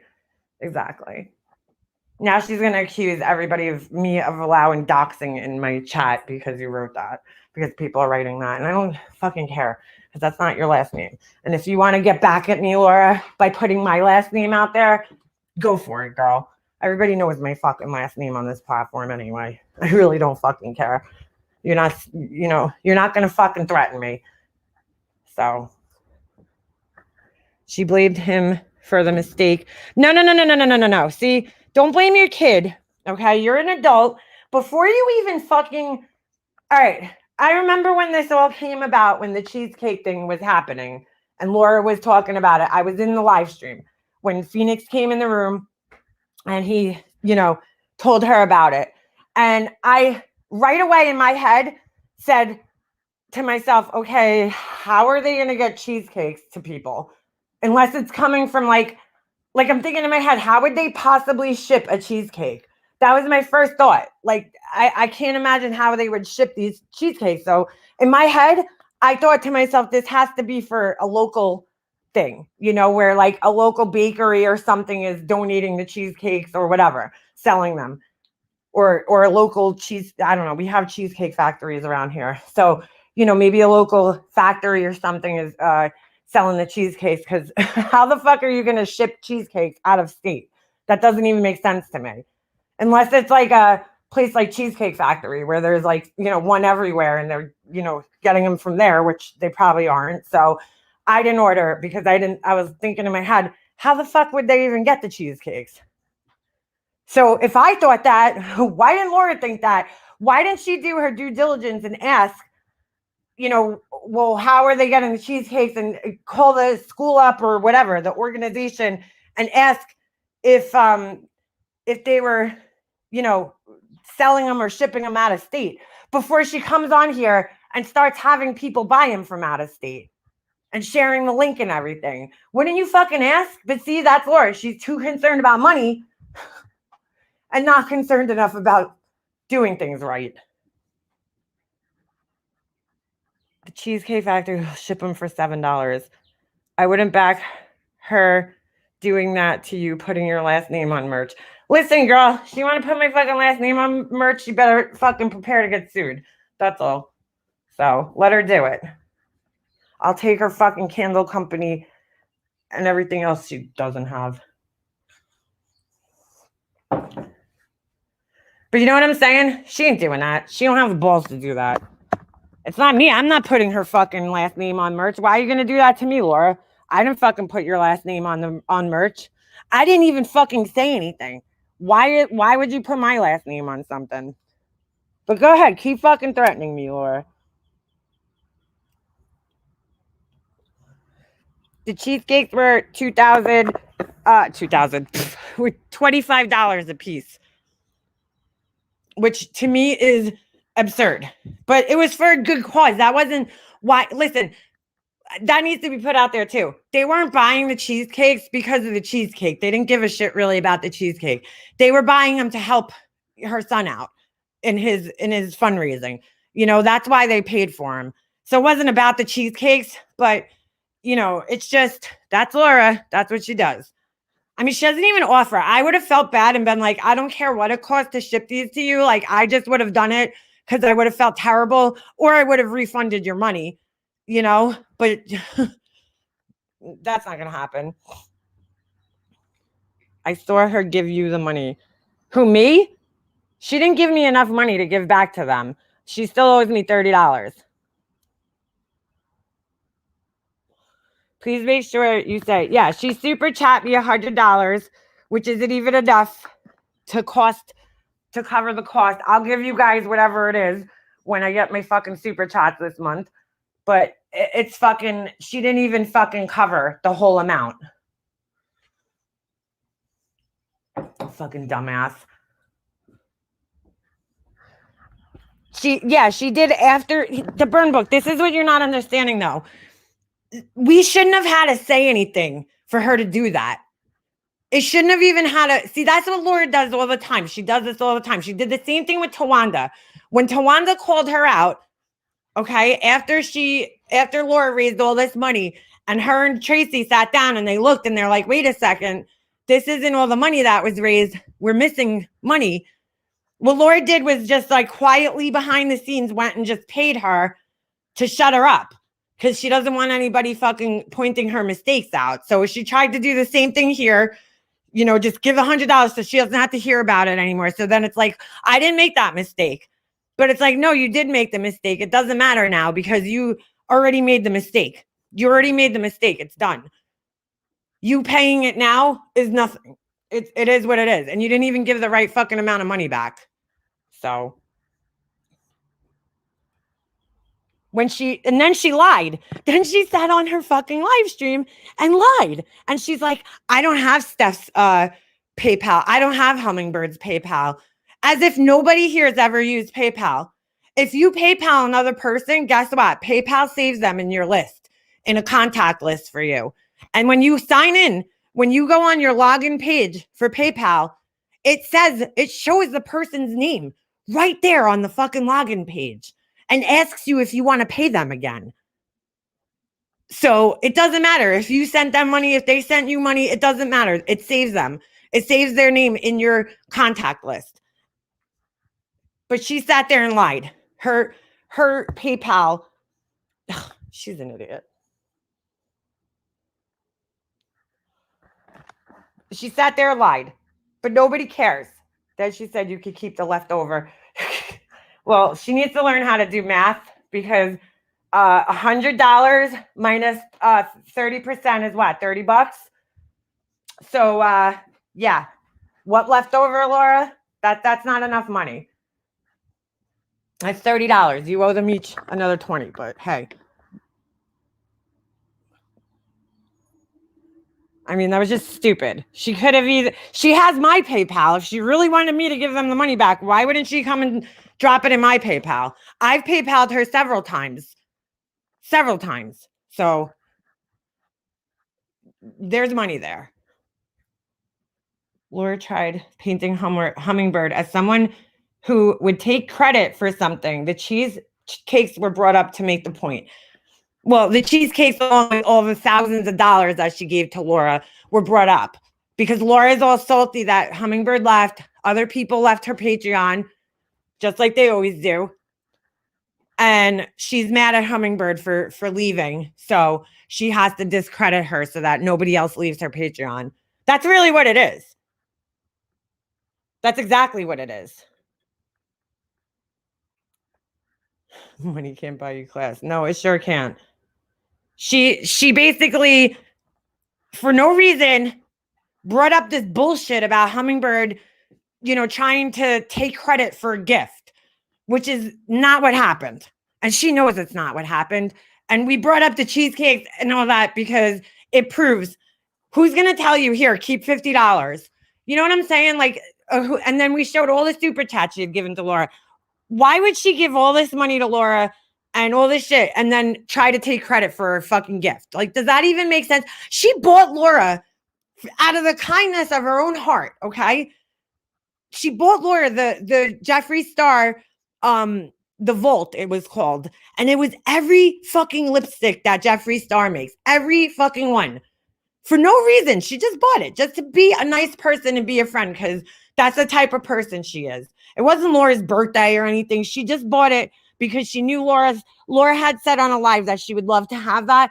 And so Hummingbird bought it for her because that's the type of friend that she is. That's the type of person that she is. But then you're going to sit around and act like she tried to take credit for a gift? The fuck out of here.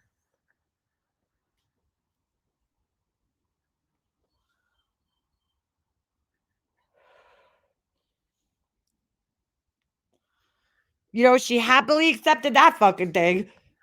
Happily accepted it. But, then she's going to turn around. And that just goes to show the Laura just doesn't appreciate anybody. She doesn't. She doesn't appreciate anybody that does anything for her. She fucking thinks she's entitled to that shit. She's entitled to everybody here's money. Fuck that. Yes, and we showed the receipts. You're going to have to go back to my other live. But we showed everything. Receipts that she's always screaming about. Yet notice she hasn't shown a goddamn thing. We showed receipts. It's her turn. She hasn't showed anything. The burn book, I'm sure there's other people that didn't get their cheesecakes because Laura ordered them not thinking, like I said I did. That's why I didn't order one. Because I was like, how the fuck would they get a cheesecake to me from Alabama? I'm sure it's a local, thing, like fundraiser for local people, not for people that live, across the country from her. So I didn't order one because I had a feeling it was not going to go well. And I would never get my cheesecake because I'm like, there's just no way. There's no way.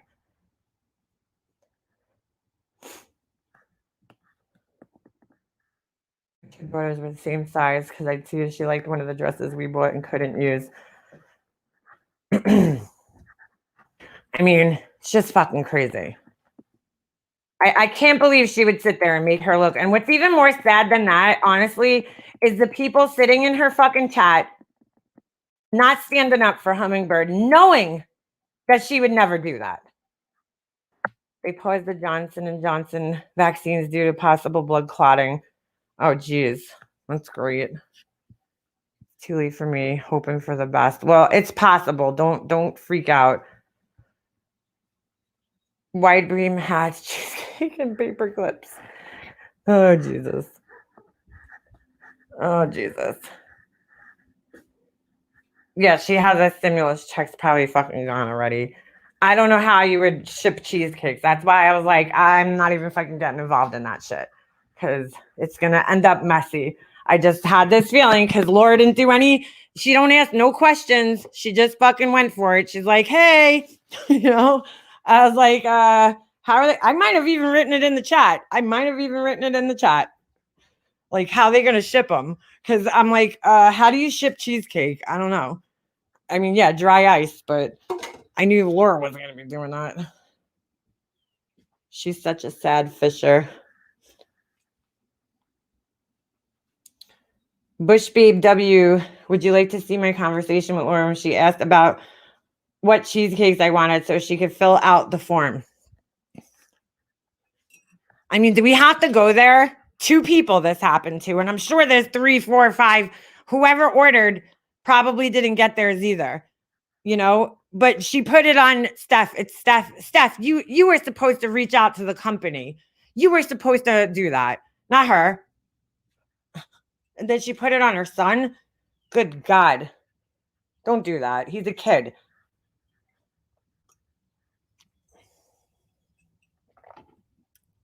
Who is banned from Office Depot? Did you put your card number in the company? Did you put your card number in? No, she paid through the website, but Laura had to fill out the form to order the cheesecakes for her. I don't know why this is so hard to understand. Hummingbird couldn't get through on the website. She was having trouble paying through the website. So she PayPal Laura the $50, which was rounded up. I don't even think that it cost $50, but she just gave her $50 to, round it up.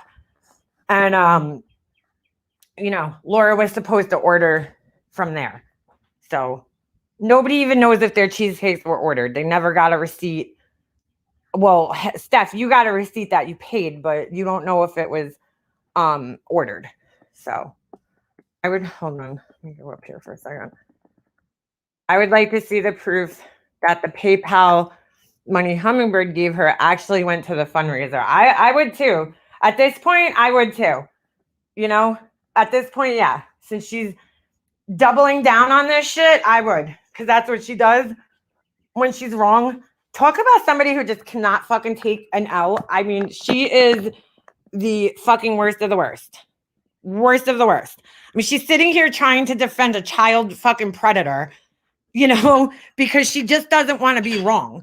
She doesn't want to be wrong, so she's fucking trying to come up with excuses to defend a child fucking predator and oh, it's not that bad. No, dude, this guy is a lifetime fucking person. He's going to be on the sex offenders website for life. Okay. Yes, it is the same thing, dude. It is. He clearly has an attraction to young children because he admittedly put staples and paper clips in his little pee-pee hole to suppress the urges. Okay, that's on his own admission right there. So why would you need to suppress urges if you're not attracted to little kids? But she had to double down, and she in turn made herself look even more stupid, which seems to be a fucking trend when it comes to her. Maybe she could beg the interview now. Liz T, I come in makeup and Life's chats. I like both of them. Well, the burn book. Let's not go that far, okay? Because you haven't always liked me. You've left some nasty words. Good Lord, let's pick each other completely apart. Of course, the money went to the fundraiser. Otherwise, she would have been charged. You are all so obsessed. So, Bush Babe, why the fuck are you in here? Leave. If this is such a bothersome topic for you, why wouldn't you find something else? There's what is it? 3 million, 4 million other creators on YouTube? Some shit like that. When I don't like a topic, I don't sit in the chat and complain about it. I'll just leave. I leave and I go find something else to watch. What do you mean, of course it went to the fundraiser? How the fuck do you know, Bush Babe? Do you have proof? Do you have proof? Bush Babe, get me thinking. I think we need to prove that Laura filled out the fundraiser for Hummingbird and received 4 cheesecakes. Well, yeah, they only saw. Thank you, Crazy Gemini. I appreciate that. And now everybody's going to tell me what I should be doing because I've seen it already. People commenting on, from Tiffany, who, by the way, privacy struck me. Okay. And I'm going to play what she privacy struck me. I'm going to play it for you guys. Hold on. This stupid asshole. Oh, for fuck's sakes. Hold on. So I woke up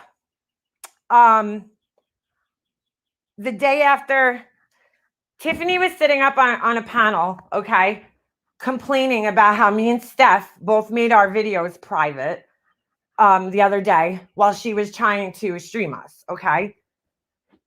I wake up the next day and I see that the, what is it called? The trolling clip channel or some shit like that. I see that they posted a video that she struck their video. She struck their video, copyright takedown, okay? Which means that if you get 3 of those, you're done. Your channel's done. Okay, so she struck their video, I think twice actually, because they clipped like a minute of her live, a minute.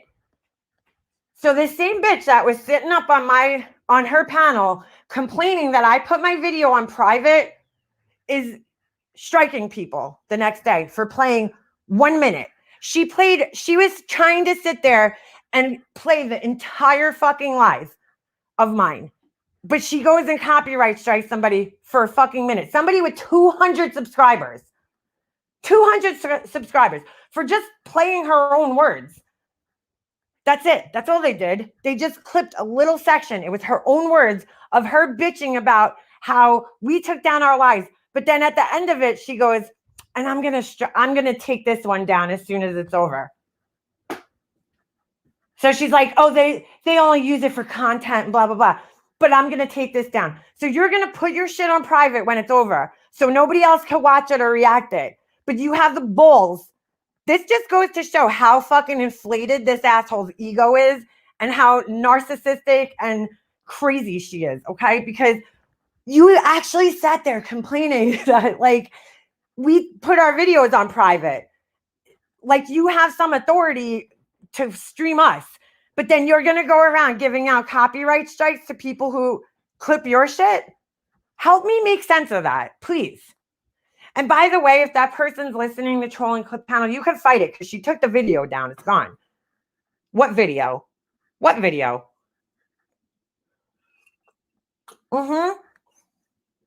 Shannon, she plays the whole live and she turns a like 1 hour live into like a fucking 8 hour ordeal.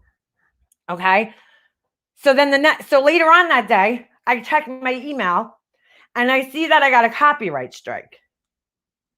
And I'm like, wait a second. So hold on a second. Let me just send this to myself.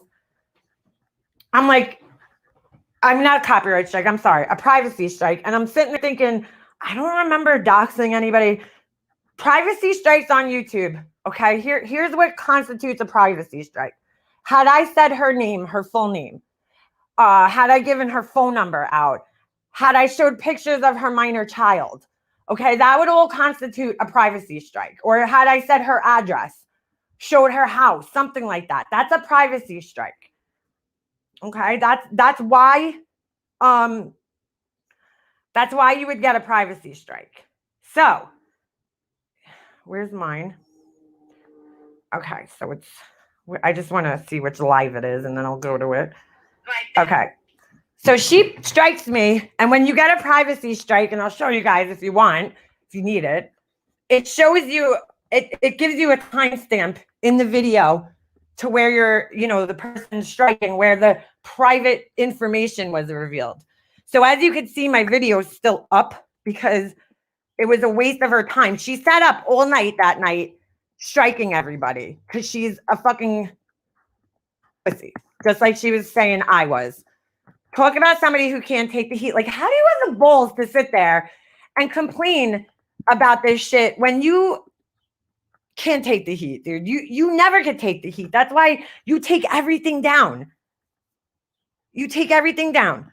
So Tiffany decided to bring my grandmother up because now everybody's going to tell me what I should be doing while my, grandmother's passed away, how I should be acting, what I should be doing, what I should be worrying about. Because now everybody here is a fucking expert on my life and my grief, right? Now, mind you guys, during this whole thing, she sat up on her fucking live and had a whole discussion with her chat about my grandmother passing. Her exact words were, isn't her grandmother supposedly passing away? Get your priorities straight. And then had a whole conversation about my family and all this other shit. So But that's okay. That's okay for her to do. So I responded in this live, okay, that I did that day. And let's see, the timestamps it gives me is between 4 minutes. Hold on, let me screen share this first so you guys could hear what she was striking. Exactly what she was striking. Share screen. All right, so this is what she struck me for right here. Hold on. All right. So it was between 4 minutes and 4 seconds and 4 minutes and 21 seconds. So let's go back. I just got to go back a little bit. All right, we'll start here. How come I can't hear it? Oh. All right. So this is where she's striking me. Fucking idiot. But she's all right, so keep an eye on the clock. You gotta limit it, to where you can still function throughout the day. Talking about her smoking. When you're like, oh, I can't even talk because I'm so stoned. That's a problem. You threw a whole badass wrench in her little story time. Okay, so ready? She's like, 4 minutes. Start talking about my grandmother. All right, here we go. Boom. The fuck down, bitch. You weren't even allowed to see your grandmother. Gee, wonder why. Wonder why her family would want to keep that fucking psycho bitch away. That says something to me. She's like, I'm questioning. All right, so right there, boom, to 421. That's what she struck me for, right there.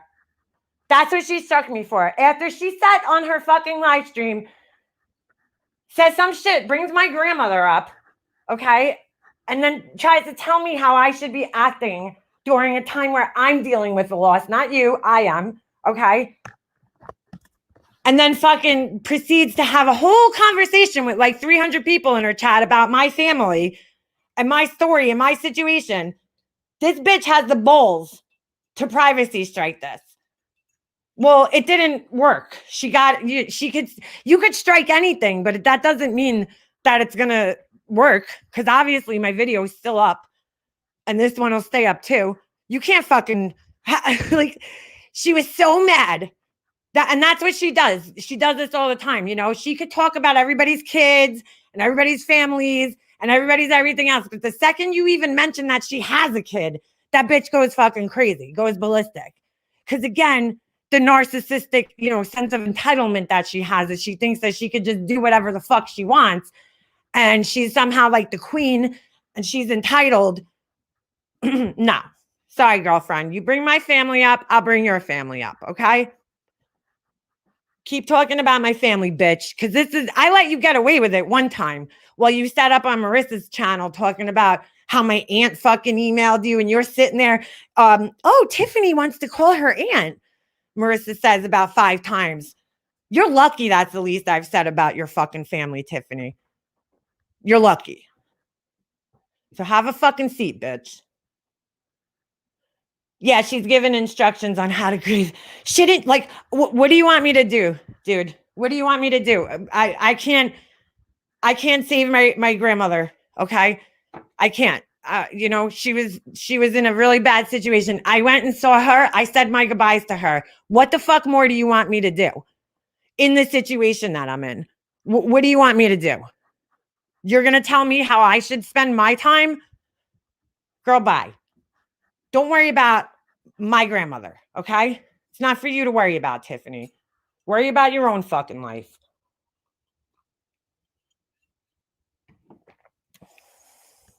I mean, fucking asshole. Sure, she's listening too. So she had the balls to sit there and give me a privacy strike, which it didn't do anything. I mean, I don't give a fuck, but it's like this same girl who sat up there talking shit about my family, okay? And then getting all salty because I put my video on private, which I don't give a fuck. This girl seems to think that I care what she has to say about it. I don't fucking care, Tiffany. Go ahead, go stream it. It was just funny to trigger you because you're such a baby and you're such an entitled princess. You think that like you deserve, you should be able to do whatever the fuck you want to everybody and nobody should be able to do anything to you. So you're not going to fucking sit there and play my life. I wasn't even fucking talking about you. I said like maybe 2 things about her during that entire live. She was doing it to White Knight for her buddies. She was playing my live. The fuck out of here. And she's like, she was lying. What did I lie about, Tiffany? Tell me. What the fuck did I lie about in that live? Tell me. Because I don't remember lying about anything. But okay, I remember giving my opinion about things. Lying? No. I wasn't lying about anything. That was a live where I was talking about the child predator that they had up on the panel. So what did I lie about? Please tell me. She's such a Mimi. Tara, that's Tiffany, though. That's what she does. That's what she does. We all heard the little clip of her going, I don't care if your family members are dead. I'm going to fucking drag them. You know. They are completely wrong about who the real mean girls are for real. Bowls. Bowls. You got some fucking bowls. Okay? That's how you say bowls. But she really does. I was myself with her in private. I see now she only showed me a facade of her. Well, I have seen that for a while now, but damn, stop mentioning people's deceased relatives, Tiffany. Yeah, she don't care. She don't give a fuck. She's like, isn't your grandmother supposedly dying? But she knows like my situation, okay? You know, but now since she's questioning my story, she had to let everybody know. I'm questioning everything. I'm questioning yours too now, Tiffany, about your grandmother and your fucking situation. So just to let you know. And I have that right since you fucking put it out there. Asshole. Douche. Oh, such a douche. Grow some bowls merch. Yeah, she needs to grow some bowls. Bishop talks about the whole shower thing in my life would never be around me and hell no, be a friend of mine. I know, Just Angel. I don't give a fuck what she agreed with, didn't disagree with on here. You talk about my kids like that, or my kid, in my case, you're done. I don't want nothing to do with you after that. Nothing to do with you. So now everybody's going to tell me how I should be grieving, spending my time, yada, yada, yada. That's like, they're going to tell me how to spend my fucking time while I'm going through something. Don't tell me how to spend my time. See, everybody's like, you know, they have these fucking rules written in their head. You know, oh, somebody passed away. So now what do you want me to do? Sit in my room crying?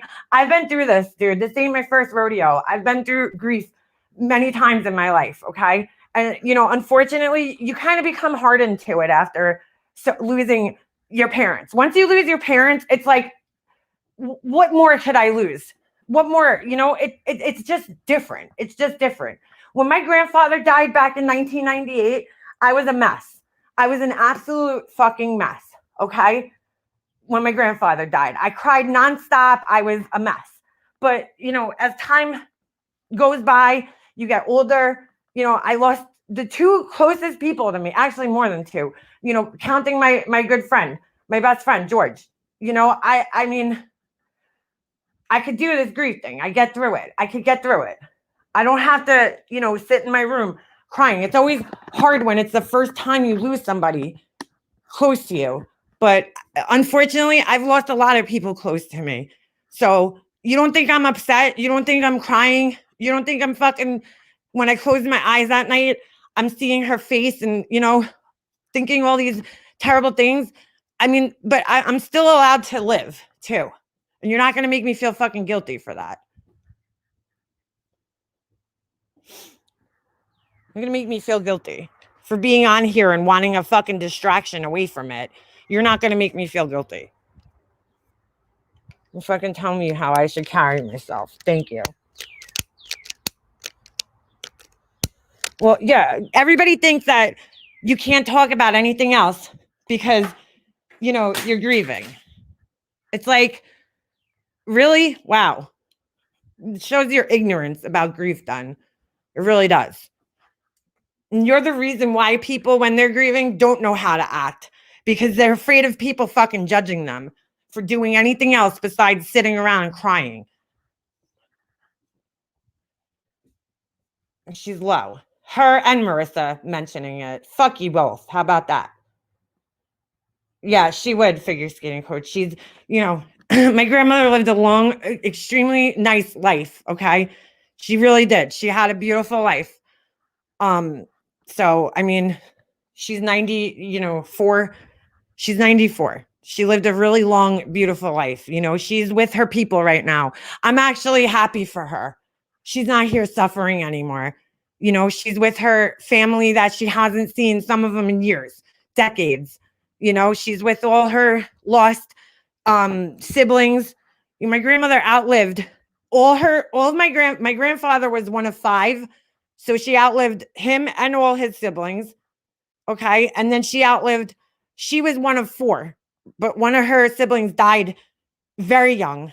She was a young girl. My grandmother blamed herself for the death because the girl got sick. It was her, I think it was a younger sister.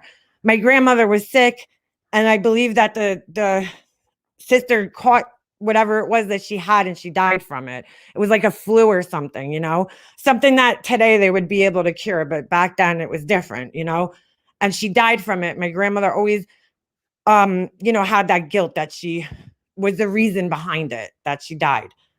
And she's not, it's not her fault. But, you know how happy she probably is to be reunited with that sister right now? And my mom, who she's missed terribly for the last couple of years, like, you know, you can't live forever. And she lived a really, really nice long life. So I'm happy that she's not here suffering. Right. 94 years is more of a celebration of life. Exactly. It is, really. You know, I mean, the life expectancy right now is 76. She far exceeded that into her 90s, outlived everybody in her family. I mean, she lived a really, really nice life. So just the last few years of her life were horrible. You know, she was confused, angry, not herself, mad, you know, like that's not her. My grandmother's day-to-day life was smile. Dude, I've never seen my grandmother not smiling my whole life. So to see her with this blank stare on her face, looking completely lost, nobody wants to see somebody like that.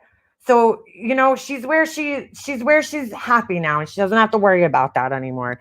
So for me, yeah, am I sad to see her go? Absolutely. Of course I am. But at the same time, I'm happy that she's not suffering anymore, because that it's horrible to watch somebody's mind deteriorate like that and to not remember people. You know, when my grandmother, she was all about memories. Her whole existence here was about memories. She loved, if you walked in her apartment, she was going to sit your ass down on the couch and she was going to show you at least 5 photo albums and show you every person in the family. She was so proud of what she created, this family. So, you know, she lived her life. Yeah, she had a beautiful smile. So it's so beautiful, my grandmother. Down to the end. I swear to God, when I went to go see her a couple of days ago, I go, holy shit. I was, you know, my cousin Nico there. I'm like, Nick, look at her fucking skin.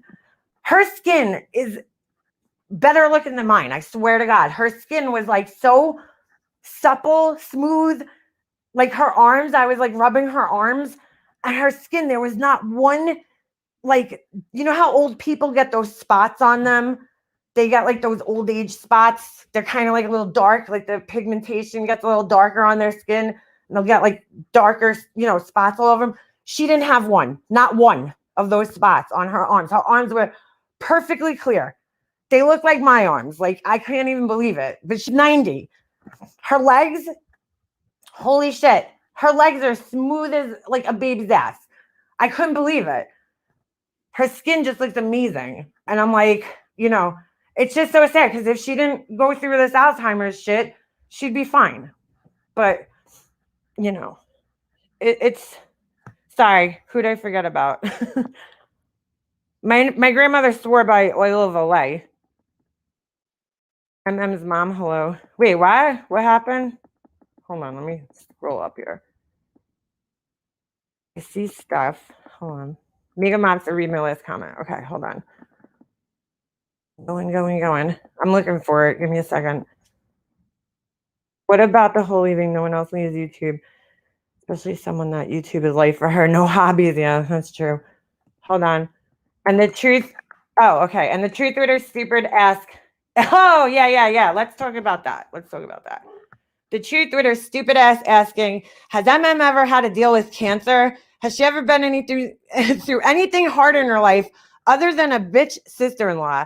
Tracy, first of all, I don't know why the fuck you're even talking about me, because I don't talk about you, Tracy. I don't fucking, in case you haven't noticed, Tracy, I have fucking laid off your ass, okay? For a long time now, which I really shouldn't have, because I don't forget what you said to me. But I've laid off your ass and I haven't said a word about you. Not a fucking word about you. But yes, Tracy, I have had to deal with cancer. No, not personally myself, but both of my parents died from cancer. And my grandfather died from cancer. So yes, cancer has affected my life very personally, Tracy. I watched my mom and dad both die from cancer, okay? So I don't know where the fuck you've been. But yes, I have had to deal with cancer in my life. I had to watch my mom screaming in pain from her cancer. Okay? So sit the fuck down, Tracy. You're lucky you're a survivor of cancer, Tracy. God bless you. Because let me tell you, it could have been a lot worse for what you went through.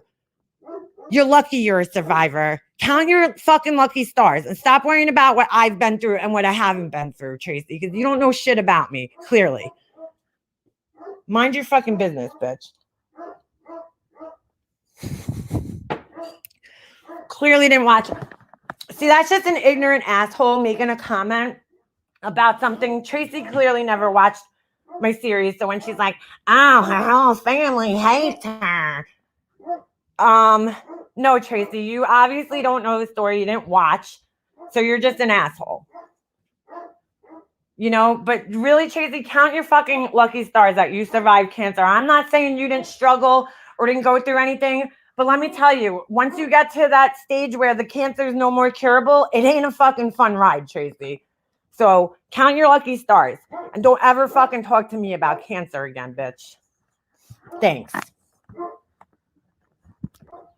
Took both of my fucking parents from me.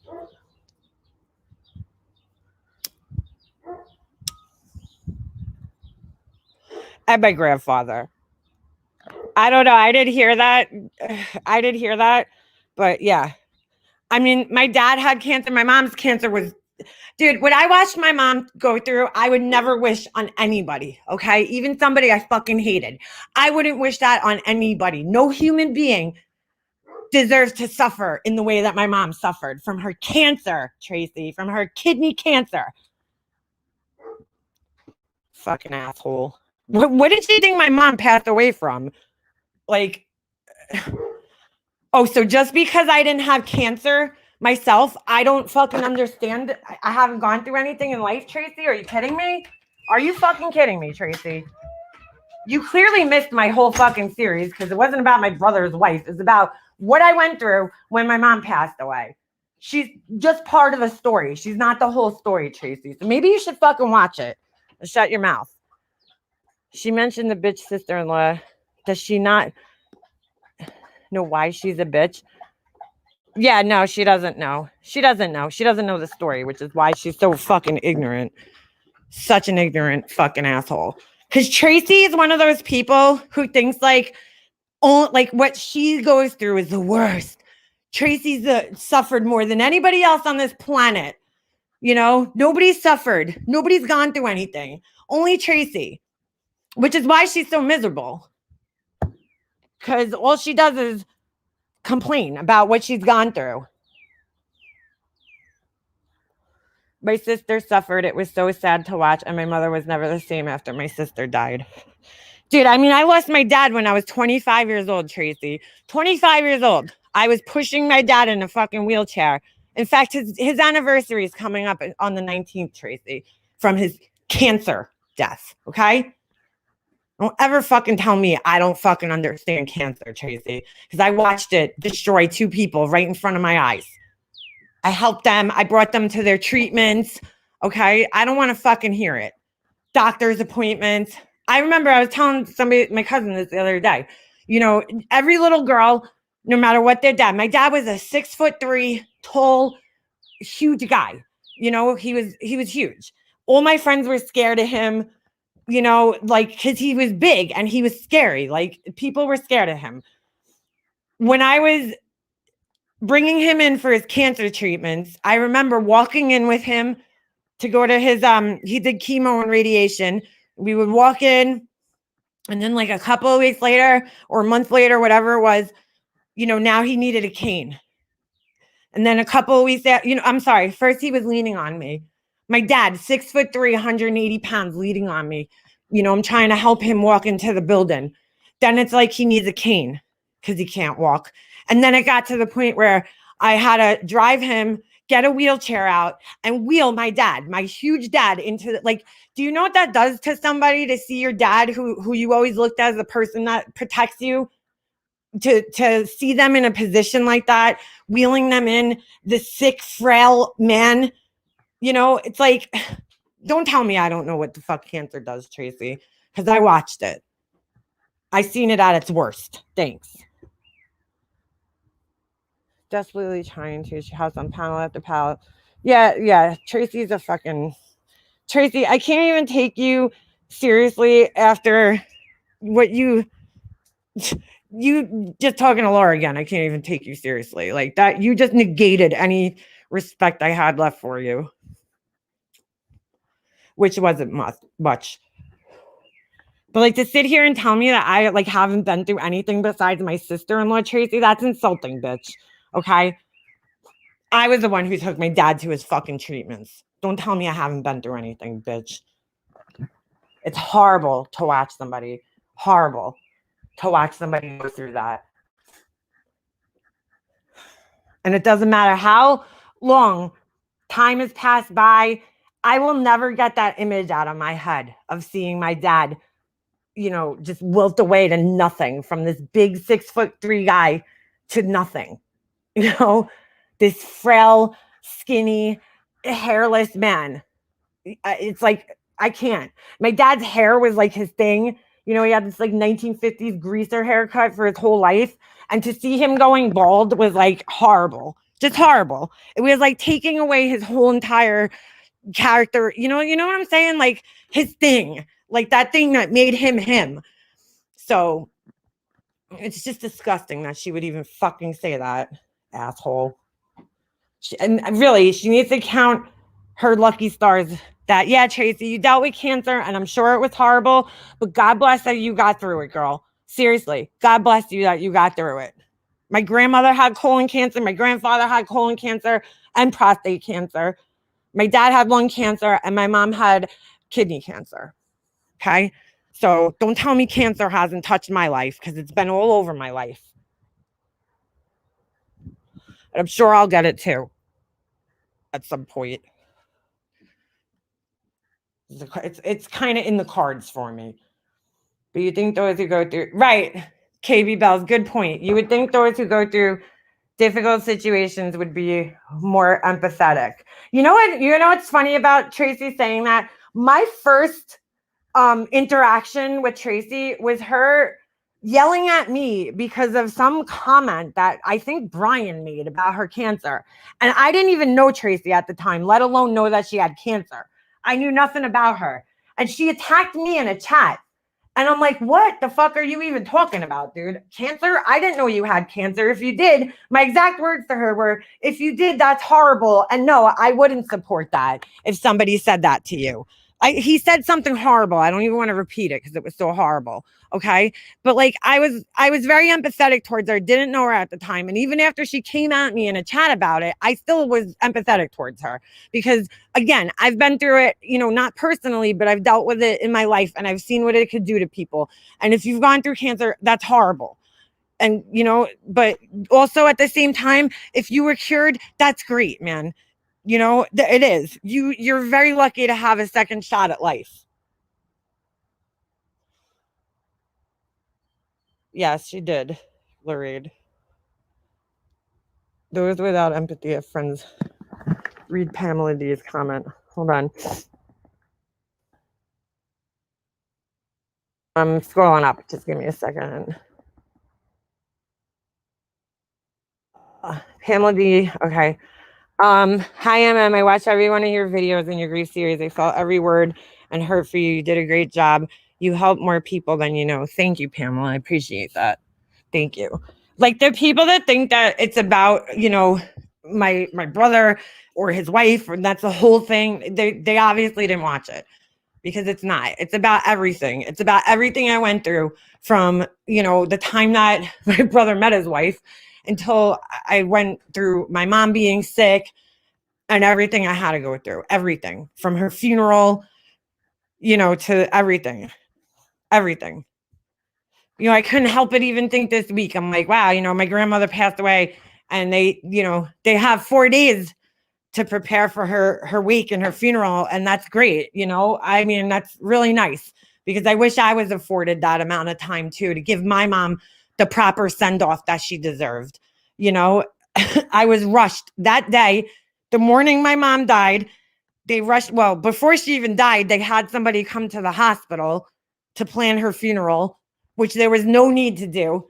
Absolutely no need to do. All they had to do was pick up a phone and say, hey, we found out that our mom's unfortunately dying. We would love to use you guys because we had my dad, at the same funeral home. And that's it. That's all they had to do. That's all they had to do. At the most, maybe put a deposit down, but not even. That's not how it works. Usually if you call a funeral home and tell them somebody died, they take you seriously. Most people don't prank funeral homes. But it was like I was rushed. So they had somebody come down. So instead of spending time, we were sitting in a fucking room getting absolutely nothing accomplished. Then the morning she died, I mean, literally, I came home. I hadn't slept in 2 days or 3 days rather. And I came home and they rushed me right to the funeral home that day.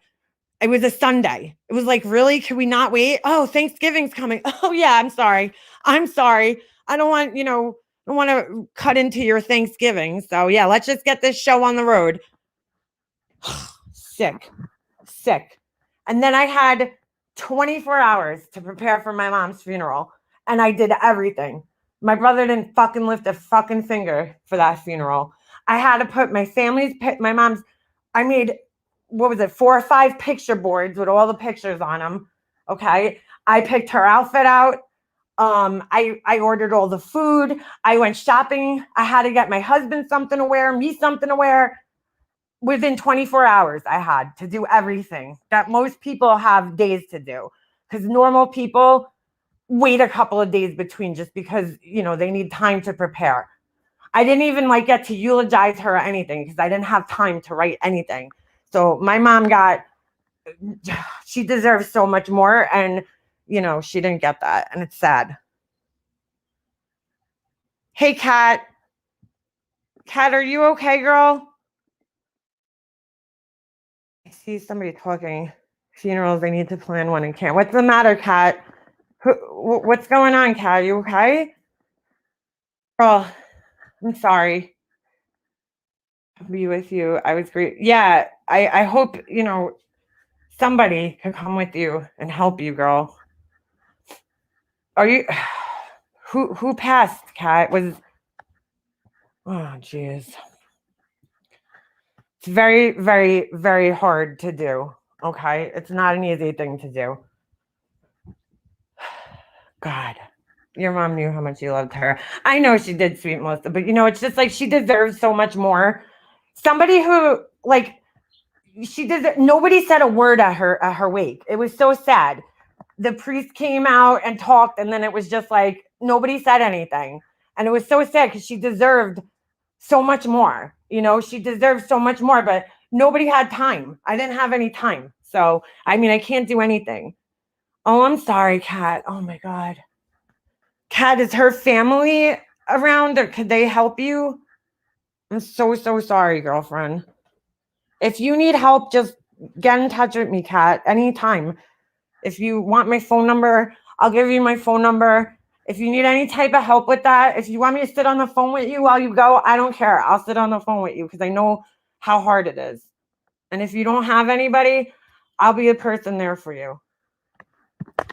I don't care. Oh, thank you, Pamela. Appreciate that. I'm so sorry. Could everybody throw up some prayer hands in the chat? They're in Cali and I'm in North Carolina. Oh my God, Kat. Well, you're gonna do something by you, or her family's not like having her a service there for her or anything? Oh, that's so sad, girlfriend. I'm so sorry, Kat. So sorry. I know you were struggling with that because I remember you coming in here a while ago and talking about her struggle. So I'm so sorry, that I came down to this. Addiction's horrible. We were talking about it earlier because it's just such a horrible disease. It really is. And to hear, somebody pass, it's like it's like the worst feeling because you can't do anything about it.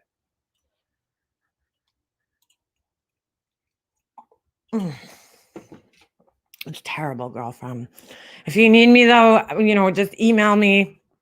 And if there's any excuse me, if there's any way I could help you, you just let me know. Okay? Anything. If you have any questions or you need help, or you just need somebody to talk to. Oh goodness. I knew I was gonna come home and find her dead. That's what happened. Oh my goodness, Kat. Oh, girl.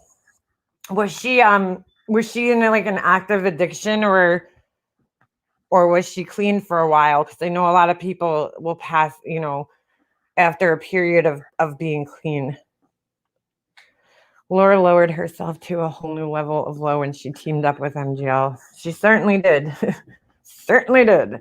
Well, that was for money too, BTS. I mean, everything is for her financial gain. So she made a couple of candle sales that day. Why not? But then she'll sit there and be like, we always talk. But no, they didn't really, because who's friends and doesn't talk for months and months at a time? Okay, I'm so sorry, girl. Please keep in touch with me. I think it's important that you have support right now. Clean for a few months, but pain pills. Oh no, girl. Yep. See? You see? There's another person. That's what happened to my ex. That's what happened to my neighbor's son. So many people. I know so many stories like that. People passing away after being clean and they just fuck up, and I'm so sorry. I am so sorry. Pay attention, Tracy. You hear what MM just offered? And she heard someone was going through a close loss. Yeah, Tracy wouldn't understand that. She's selfish. She doesn't know what it's like to excuse me, truly be there for other people. So, oh my goodness. Unbelievable. I'm so sorry, Kat. If there's seriously anything I could do, just please let me know. And I'm here. I'm so sorry. It's just it's so horrible. And especially for the people who I will never forget walking to my ex's funeral. And it was just like, first of all, it was strange because I would have thought there would have been a lot more people there, friends. But I guess because of his addiction, a lot of his friendships ended. And, it was sad just to see that. And then, his parents, his mom was just devastated, and his dad had this weird, almost, his dad was almost like, I don't want to say, but like happy in a sense, like, because he was so sick of what he told me. He said it. He was so tired of worrying about him. He's like, you don't understand. We've been going through this since he was 16, and here he was in his 30s. And he was like, we've been going through this his whole life, pretty much. It's like, I'm just waiting. I've been waiting for this phone call that something happened since he was 16 years old. And I'm like, oh my God, But it's true because when I broke up with him, I was waiting for the phone call too. I said, I'm going to get this phone call one day. I just know it. I know it. I know I'm going to get a phone call about him one day. I know I am. And I did. 10 years later. It's just sad. I don't want to see somebody, that I once cared about and spent so much time with, even though we're not, it didn't work out. I don't want to see him die or have, anything horrible happen to him. But unfortunately, that's just what happened. No, nothing's going to make it easier. So glad the shitty people keep revealing themselves. Just sorry that the good people get hurt in the process. Liz, I really truly don't believe that there's I don't believe that there's everybody shitty on, Laura does this, right? She categorizes everybody, sides, your side, this side, that side. I believe, yeah, there are some shitty people over there. Absolutely. I don't believe that everybody's shitty. Just as Laura was trying to say to Mac 11 Lynn the other day, she doesn't realize this works everywhere, all over, across the board, right? Diane built a community, okay? And Diane and Wendy, I'll say, they built a little community over there. And Laura was like, well, you're just over there because you don't know where else to go. Well, that's not really necessarily true because I've seen Mac everywhere. She goes everywhere. She goes everywhere. I'm sorry about that, Alexandra. Oh, geez. But, I've seen her all over the place, all over the community, all different chats. She's not picky about where she goes. But they were telling her that. But I was like, but that goes for so many people. I did not entirely disagree with what she was saying. I mean, it is true. We fit in, you find your little place, your little group that you hang out with, and you feel like you fit in there. And then people don't want to go to other chats and stuff. Well, you made this division line, Laura. You made it. You heard her saying, that she didn't feel comfortable coming in Laura's chat or STS's chat because, everybody's coined her a Diane supporter and she didn't feel comfortable. And I totally understand why she didn't feel comfortable. But that happens everywhere, Laura. You don't think that's the case in your chats too, that there's people in there that maybe see what's going on or want to leave, but they're afraid to because of, look what's going on with Hummingbird and me. And, you don't think that there's people sitting over there scared to leave? Of course there is. Scared to go in other chats because you're going to fucking berate them? I mean, shit, you called out Patreon. I don't know which Patreons of hers joined Diane's membership the other day, but she fucking called them out. She had no problem calling them out on a live the other day. I mean, give me a break. They have a cult-like mentality.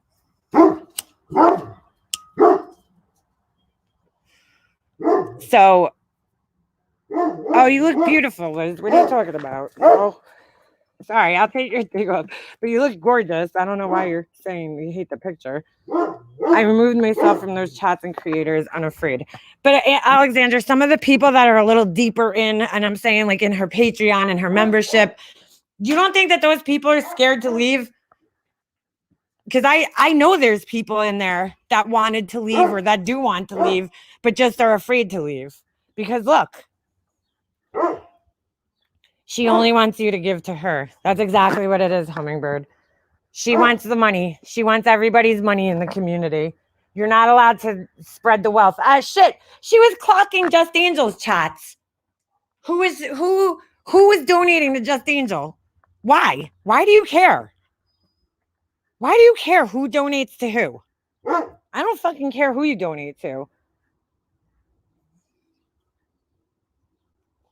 Yeah, it is a Bob-ass picture. She forgets who works for who. Carly, that's exactly what I told her.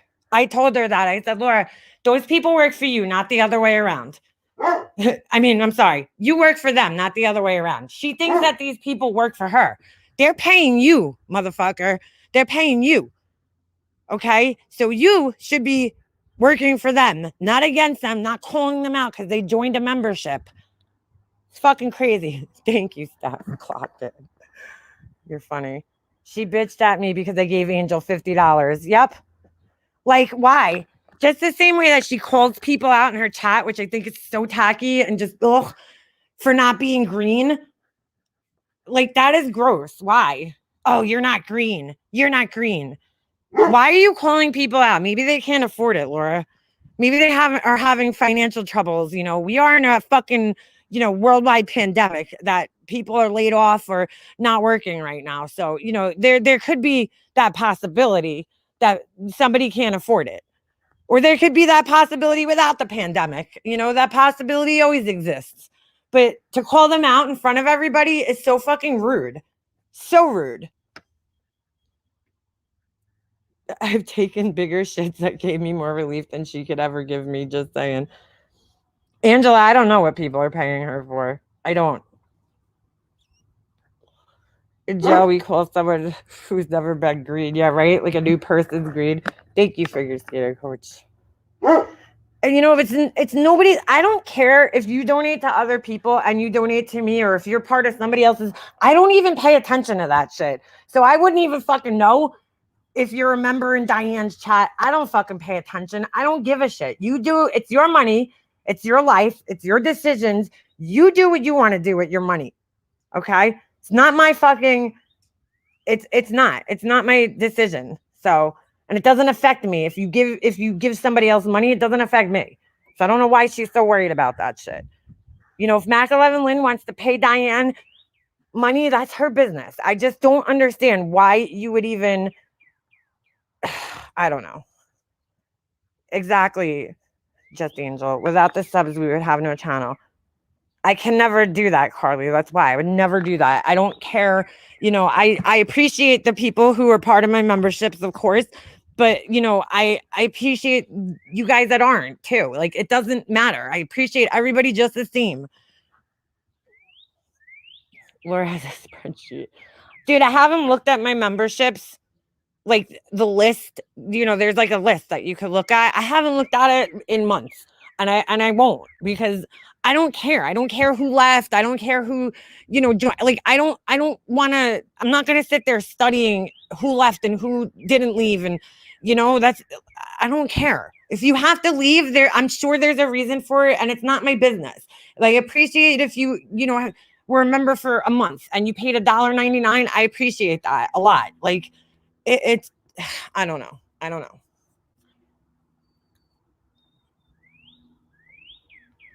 You hear the birds? Pew, pew, pew, pew. You have no idea how much that means. Thank you. Truly, thank you. What was that? I mean, I don't know. She's not worth a fucking roll of pennies other to bounce it over forehead. I'm never. Oh, thanks, Alexandra. You got to stay with me. You're a Long Island girl. You have no choice. I think chat keeps the channel interesting. Absolutely. Oh, thank you, Pamela. Thank you. Gosh, Golly G. I'm turning red over here. It's just crazy that she's so concerned about everybody else's super chats and their money and who's donating and who's not donating to her. And, you know, why do you care? Just let people do what they want. You care because you're, you know, this is your sole income. This is your life. This is your livelihood right now. That's why you care so much. You know, you could always get a fucking regular job. Oh, thank you, Lanky. Thank you. Cup of coffee. That's one expensive cup of coffee, Lanky. Oh man, I could get two from what do you call it? I'll split. I'll get you one, Lanky. I would love to have coffee with you. One of our subs had the fucking nerve to say, I can't believe she's a member of Diane. Mind your fucking business. I do what I want. I don't need no one's approval. Amen, Just Angel. Yeah, they can't believe it. Listen, if people want to forgive, that's on them. If people want to forgive or they want to give her another chance, that's on them. Okay, I've been very honest about this. I don't like the way she handled this situation at all. I don't like the way she handled it. But that's for her to do, not me. I don't, I wasn't a big donator of hers.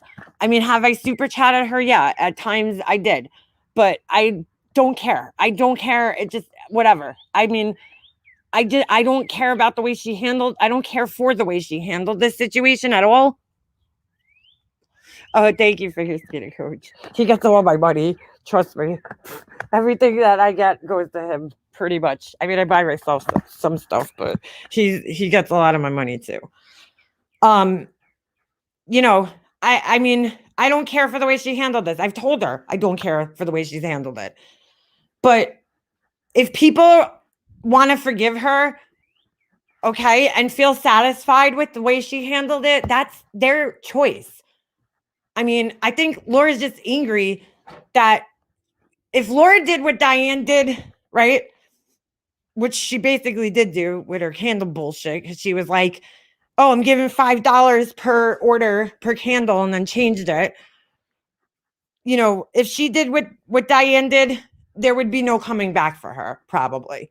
Why? Because there's so much other shit that she's done that people have side-eyed her for, that again, she's just one of those people that you either love her or you hate her. There's no gray area when it comes to her. So, I do think it would probably have been different, and she knows that too. And then I think that makes her angry, that she knows she wouldn't have gotten a second chance from anybody had she done what she did.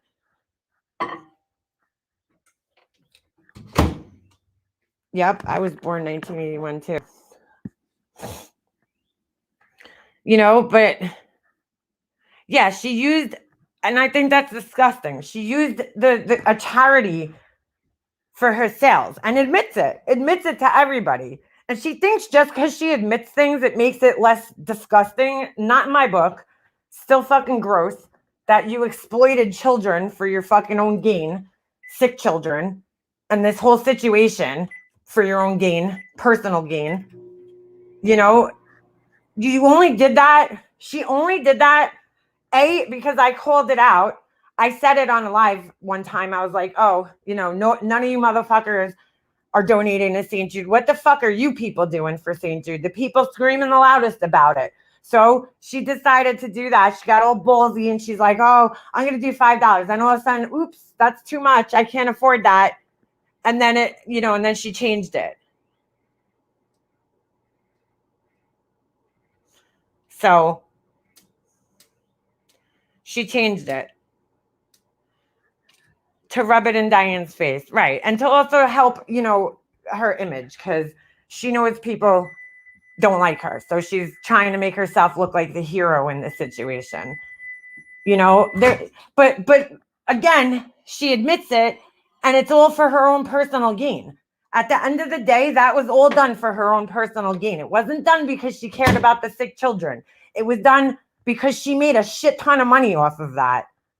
She made a shit ton of money off of doing that. It was a smart business move, I guess. But, again, how low do you want to go to make money, Laura? Like, I don't know. There's just certain things I wouldn't do. That's all. I wouldn't do that to make money. It's gross.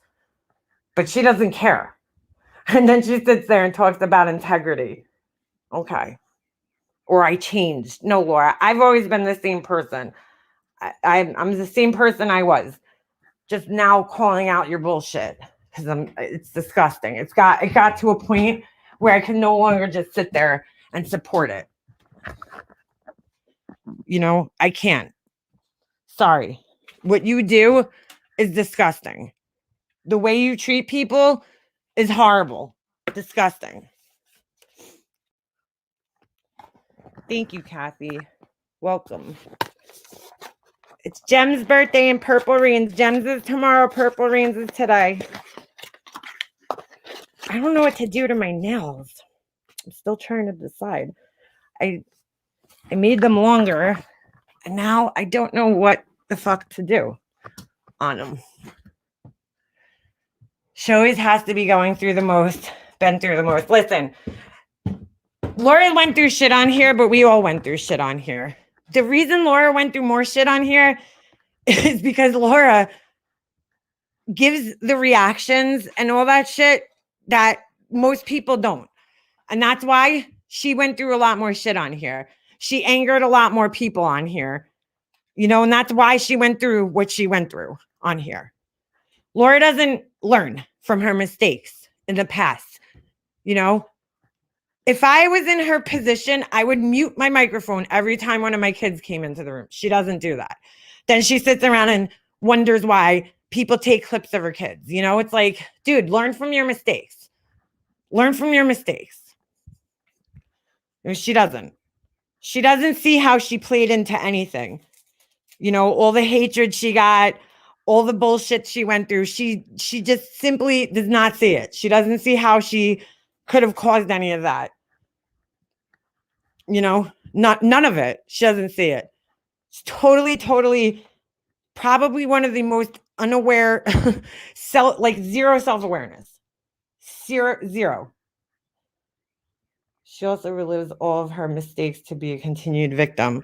Yeah. Well, she's always talking about how I went through this and I went through that and I did this and I did that. And, you know, we get it, dude. We get it. But how many times are you going to remain a victim? How long are you going to remain a victim of all that shit? We've all been through shit on here. You're not the only person that's gone through shit. You're not. I had videos. I had fucking channels made about me. I had shit sent to my house. I had fucking authorities at my house. You know, I've been through shit too, Laura. You're not the only person. And you know what? I had to take some responsibility in what I went through too. She said in Laura's chat, Laura called her out. She said she didn't believe her. I'm a single mom. Like, she's the only single mother on the planet. You know, you're a single mom because of decisions that you've made in your life. Stop fucking making it everybody else's problem. You know? You decided to have children with dads, you know, two different men, and you didn't stay with those men. Well, that's not everybody else's problem here. You know, there's other women out here that have done exactly what you've done and raised kids by themselves and have struggled and gone through it. You're not the only person.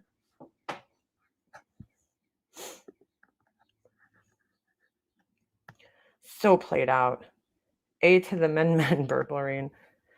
I'm a single mom. Where's my cash cow on YouTube? Well, that's why she feels entitled to everybody's money. You know, it's like, dude, those were your decisions in life, man. Why does everybody else have to pay you? You know, because you made bad choices with the people that you slept with, like, and didn't use protection. Is that everybody else's problem? No, that's your problem. I was so angry watching him deal. I wanted to fucking fight them both. I knew it was lies. I can't deal. What was lies? Life Rewinded. I don't watch her. I really don't. I'm not subscribed to her. By the way, somebody sent me this is fucking great. Okay. You guys are going to like this. Somebody sent me, I think it was I don't know if it was a clip or a comment. I can't even remember now, but it was something about Marissa. Is she like, she keeps getting all these people joining her Patreon. And I already know she kicked out one person because she said it on live. And now she's like, she thinks everybody that joins her Patreon is me. And I think it's hilarious. Like, I'm so glad that I caused that paranoia in you. But, you know, she's losing money because she thinks they're all me. And I can guarantee you that they're not me because, dude, I wasted enough money on your fucking stupid ass. I'll never pay you another dime for the rest of my life. So I think it's really funny though, because like she keeps thinking that everybody that she doesn't know that joins her Patreon is me. So she's like kicking these people out of her Patreon, thusly losing money. So she's like probably lost like $100 a month already just because she thinks it's me, and it's not me. It's not me. But I think it's really funny that she thinks it is. I'm glad I caused paranoia in her because now she knows how I feel.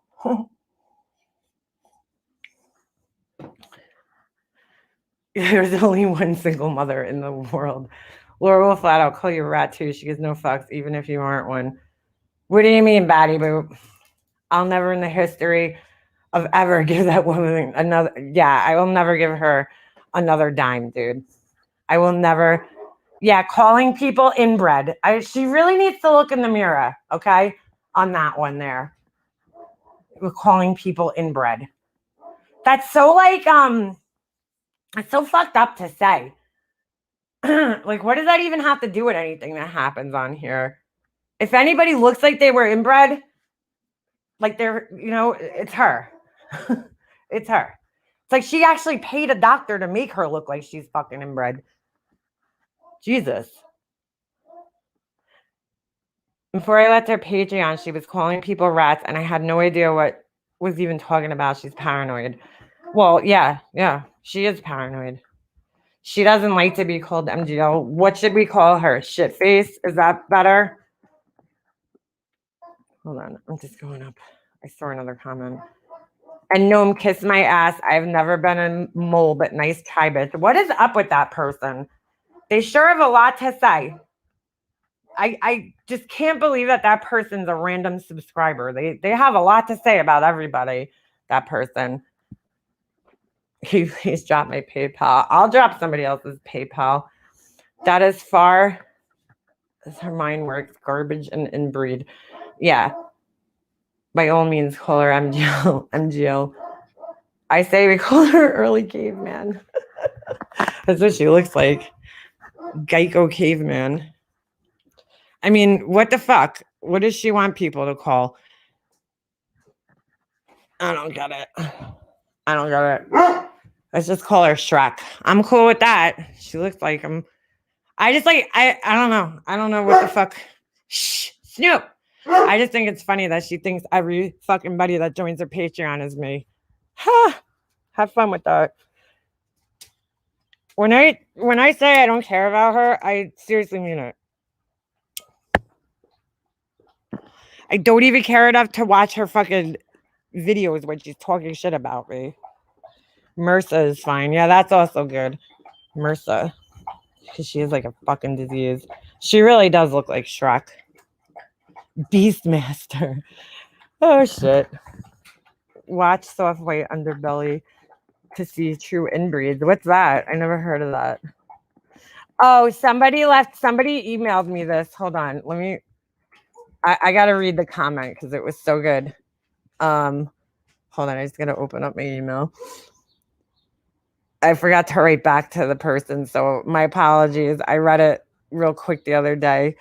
Oh, shit. I didn't see this. Oh, interesting. What's this? Oh, she's threatening people again. That's great. Wow. What the fuck? What? Oh my God. Is Jen B still in here? Holy shit. All right, hold on a second.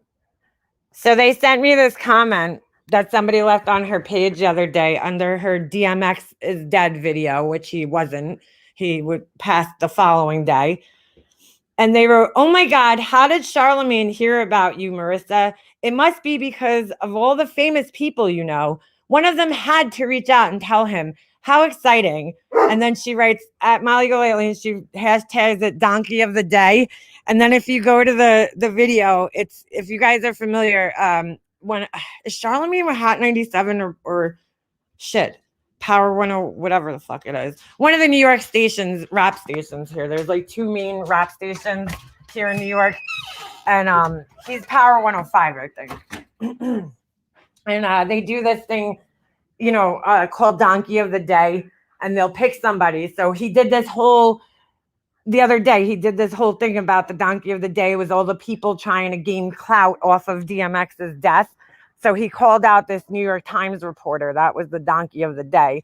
And he was basically saying that they, it was disgusting. They wrote an article about how all the houses he lost and like just so unnecessary. You know what I'm saying? Like, especially given the circumstances of what he was going through.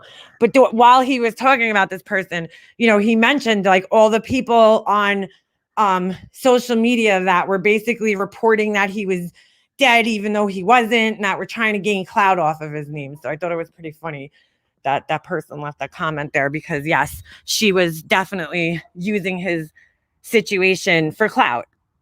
I mean, she put a video up saying that he died and then left it up. Like, change the title or something. He wasn't even gone yet that day. And you're just using it for clout. Just stop. Just stop. You know, these people forget, people like her forget that this was a real DMX, okay, whose real name was Earl Simmons, was a real person. He's a real person, okay, with real family that was suffering through this whole entire thing of his death. Okay, they had to make a decision. He didn't just die. He didn't die on his own. His family had to pull him off life support. And I'm sure that was a hard decision. And it's like, you know, he's famous, yeah, but he's still a person and he still has a family and they still have feelings. And like to be reporting that he's dead when he's not is just disgusting to me. She didn't listen to DMX. She listens to fucking Backstreet Boys. I'm sorry. The two just don't fucking mix. She knows like 3 songs of his that she listened to, probably, you know, whatever. She's not a real fan, okay? Like I am. I know, Life or Why did I keep getting everybody's there's a channel that's just like pumping out videos of everybody speaking on his death. So it's terrible. You know, and I'm like, oh, so disgusting. I just started his book too. I was actually listening to it on here. He wrote a book about his life, and oh my God, so sad, man, what he went through. So I just started it like recently. It's crazy. This older woman is reading the book, and I was listening to it. I listened to like half the book already because that's how much I like him. I'm an actual fan of his, not just somebody who's trying to get clout, which is why I'll never fucking hashtag his name or put his name in my titles and shit. Because I think that's fucked up to do. I read to put his name in the title the first night that I found out, you know, he was in the hospital. That's it. About now, no, I'm not gonna do that. Let his family grieve, you know, in peace. She's just putting it there, and we know that, to gain clout off his name because it's a hot topic right now and everybody's talking about it. And she does that to so many people. He gave people money, cars, etc. He was always paying it forward and tried so hard to maintain sobriety. Yes, he did. He was a very humble, like normal guy, you know. And they were talking about, I watched an interview a while back where they were talking about how like he came to this meeting and like he wanted to make food for everybody. Like he brought steaks and he made all this food for everybody because like he wanted everybody to be full and whatever. Like he spread the wealth.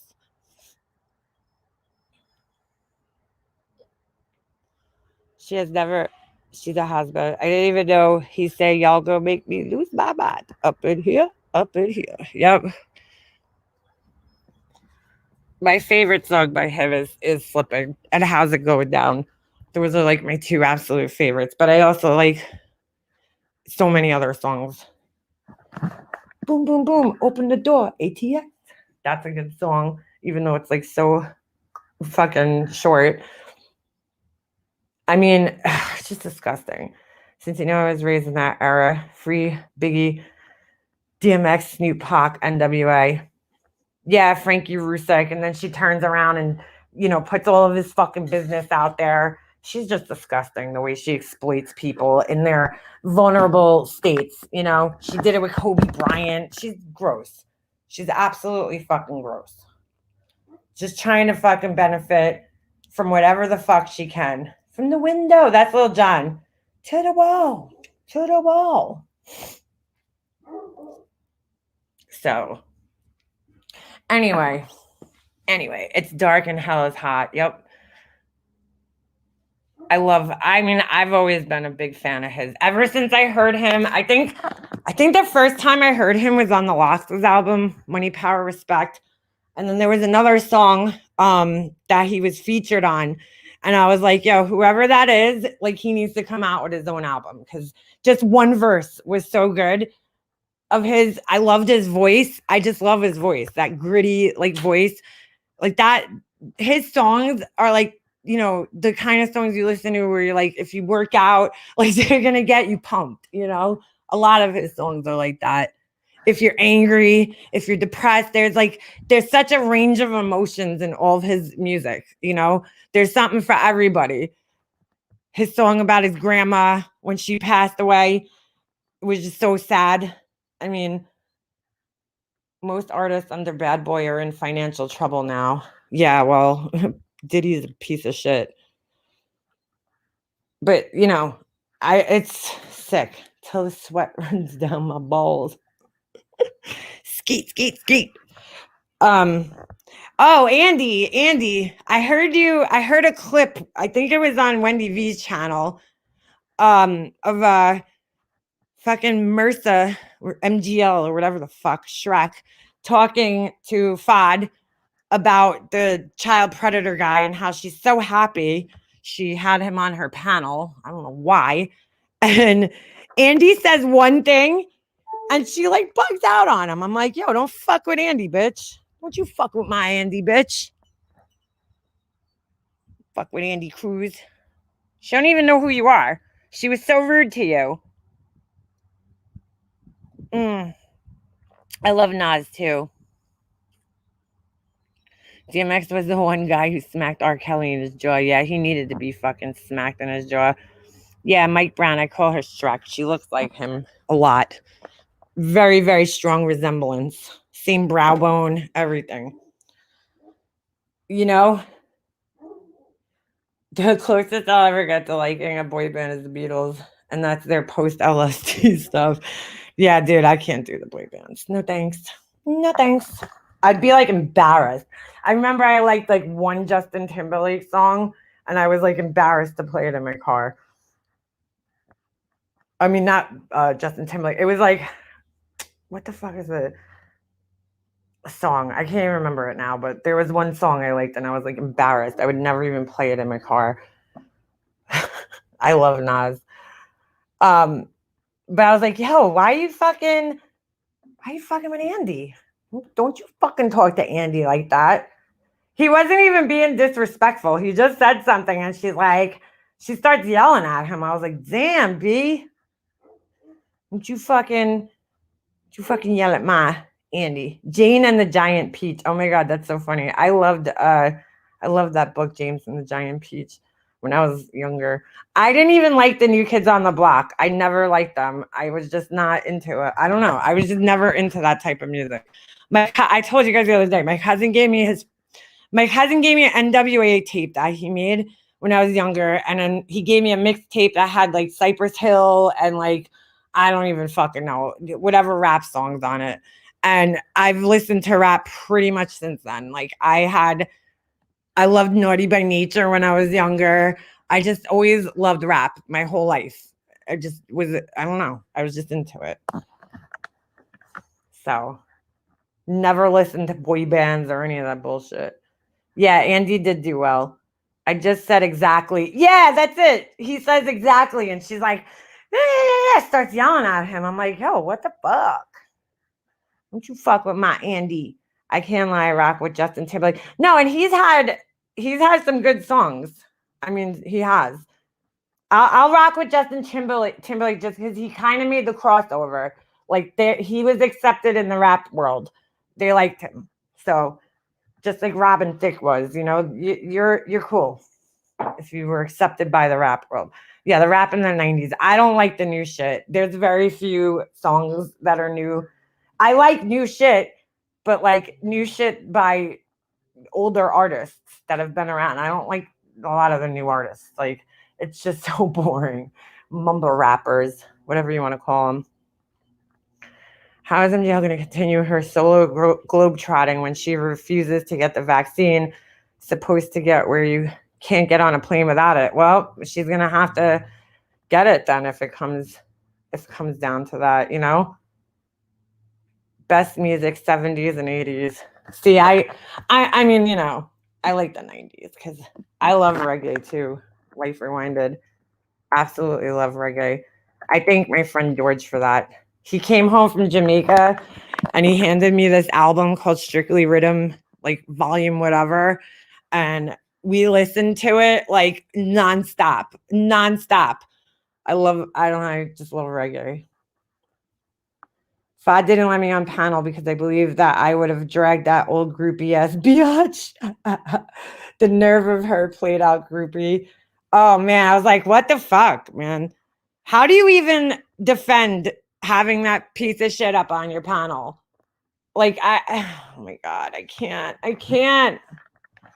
I love ODB. Mega Master, please tell me you know what I'm saying. Make him say, what do you mean? Make him say, na na na na. Is that what you're talking about? Na na na na. The new popular little SoundCloud rapper isn't my jam. I like the 90s gangster rap stuff like Tupac and Biggie vibes. Yeah, me too. That's what I listen to. I mean, like, there's new shit. I like, what's his face? Oh my God, I can't even think of what his fucking name is right now.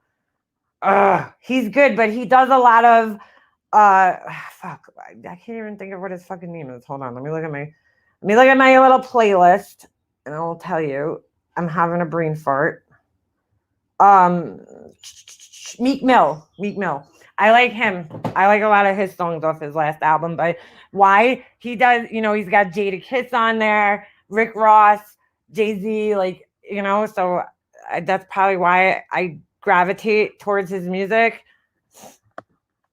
He himself isn't like the best, but he's all right. Alzheimer's agitation sucks. Yes, it does. My grandmother was so angry. She was hitting people. I heard, just agitated, not knowing. I mean, I don't think she would do that if she wasn't suffering. So sad. You ever check out Black Tiny Mixes from back in the day? No, I never heard of that. Never heard of that. Is that the song you were talking about, Steph? No Limit Studios, Method Man and RZA. I mean, Wu-Tang's a given. That's just a given. I love Wu-Tang. Biggie Smalls Ready to Die was on my 5-disc CD changer. Yo, I had one of those, Andy. The 5-disc. That shit was always in my CD changer. It never came out. Ready to Die was like, I only had a 4-disc changer because Ready to Die was always taking one of those up. You know what I'm saying? So the other 4 were, I'd switch them up, but Ready to Die was always in one of those slots. And every car I owned, it was always in one of my CD changers. I love them. Mercedes girl, are you okay? Oh, I forgot, Mercedes girl. You're dealing with that too. See, I feel so, my heart really goes out to you, Mercedes girl, because I know your mom is probably a lot younger. Like my grandmother, thank God wasn't diagnosed until later in life in her 90s.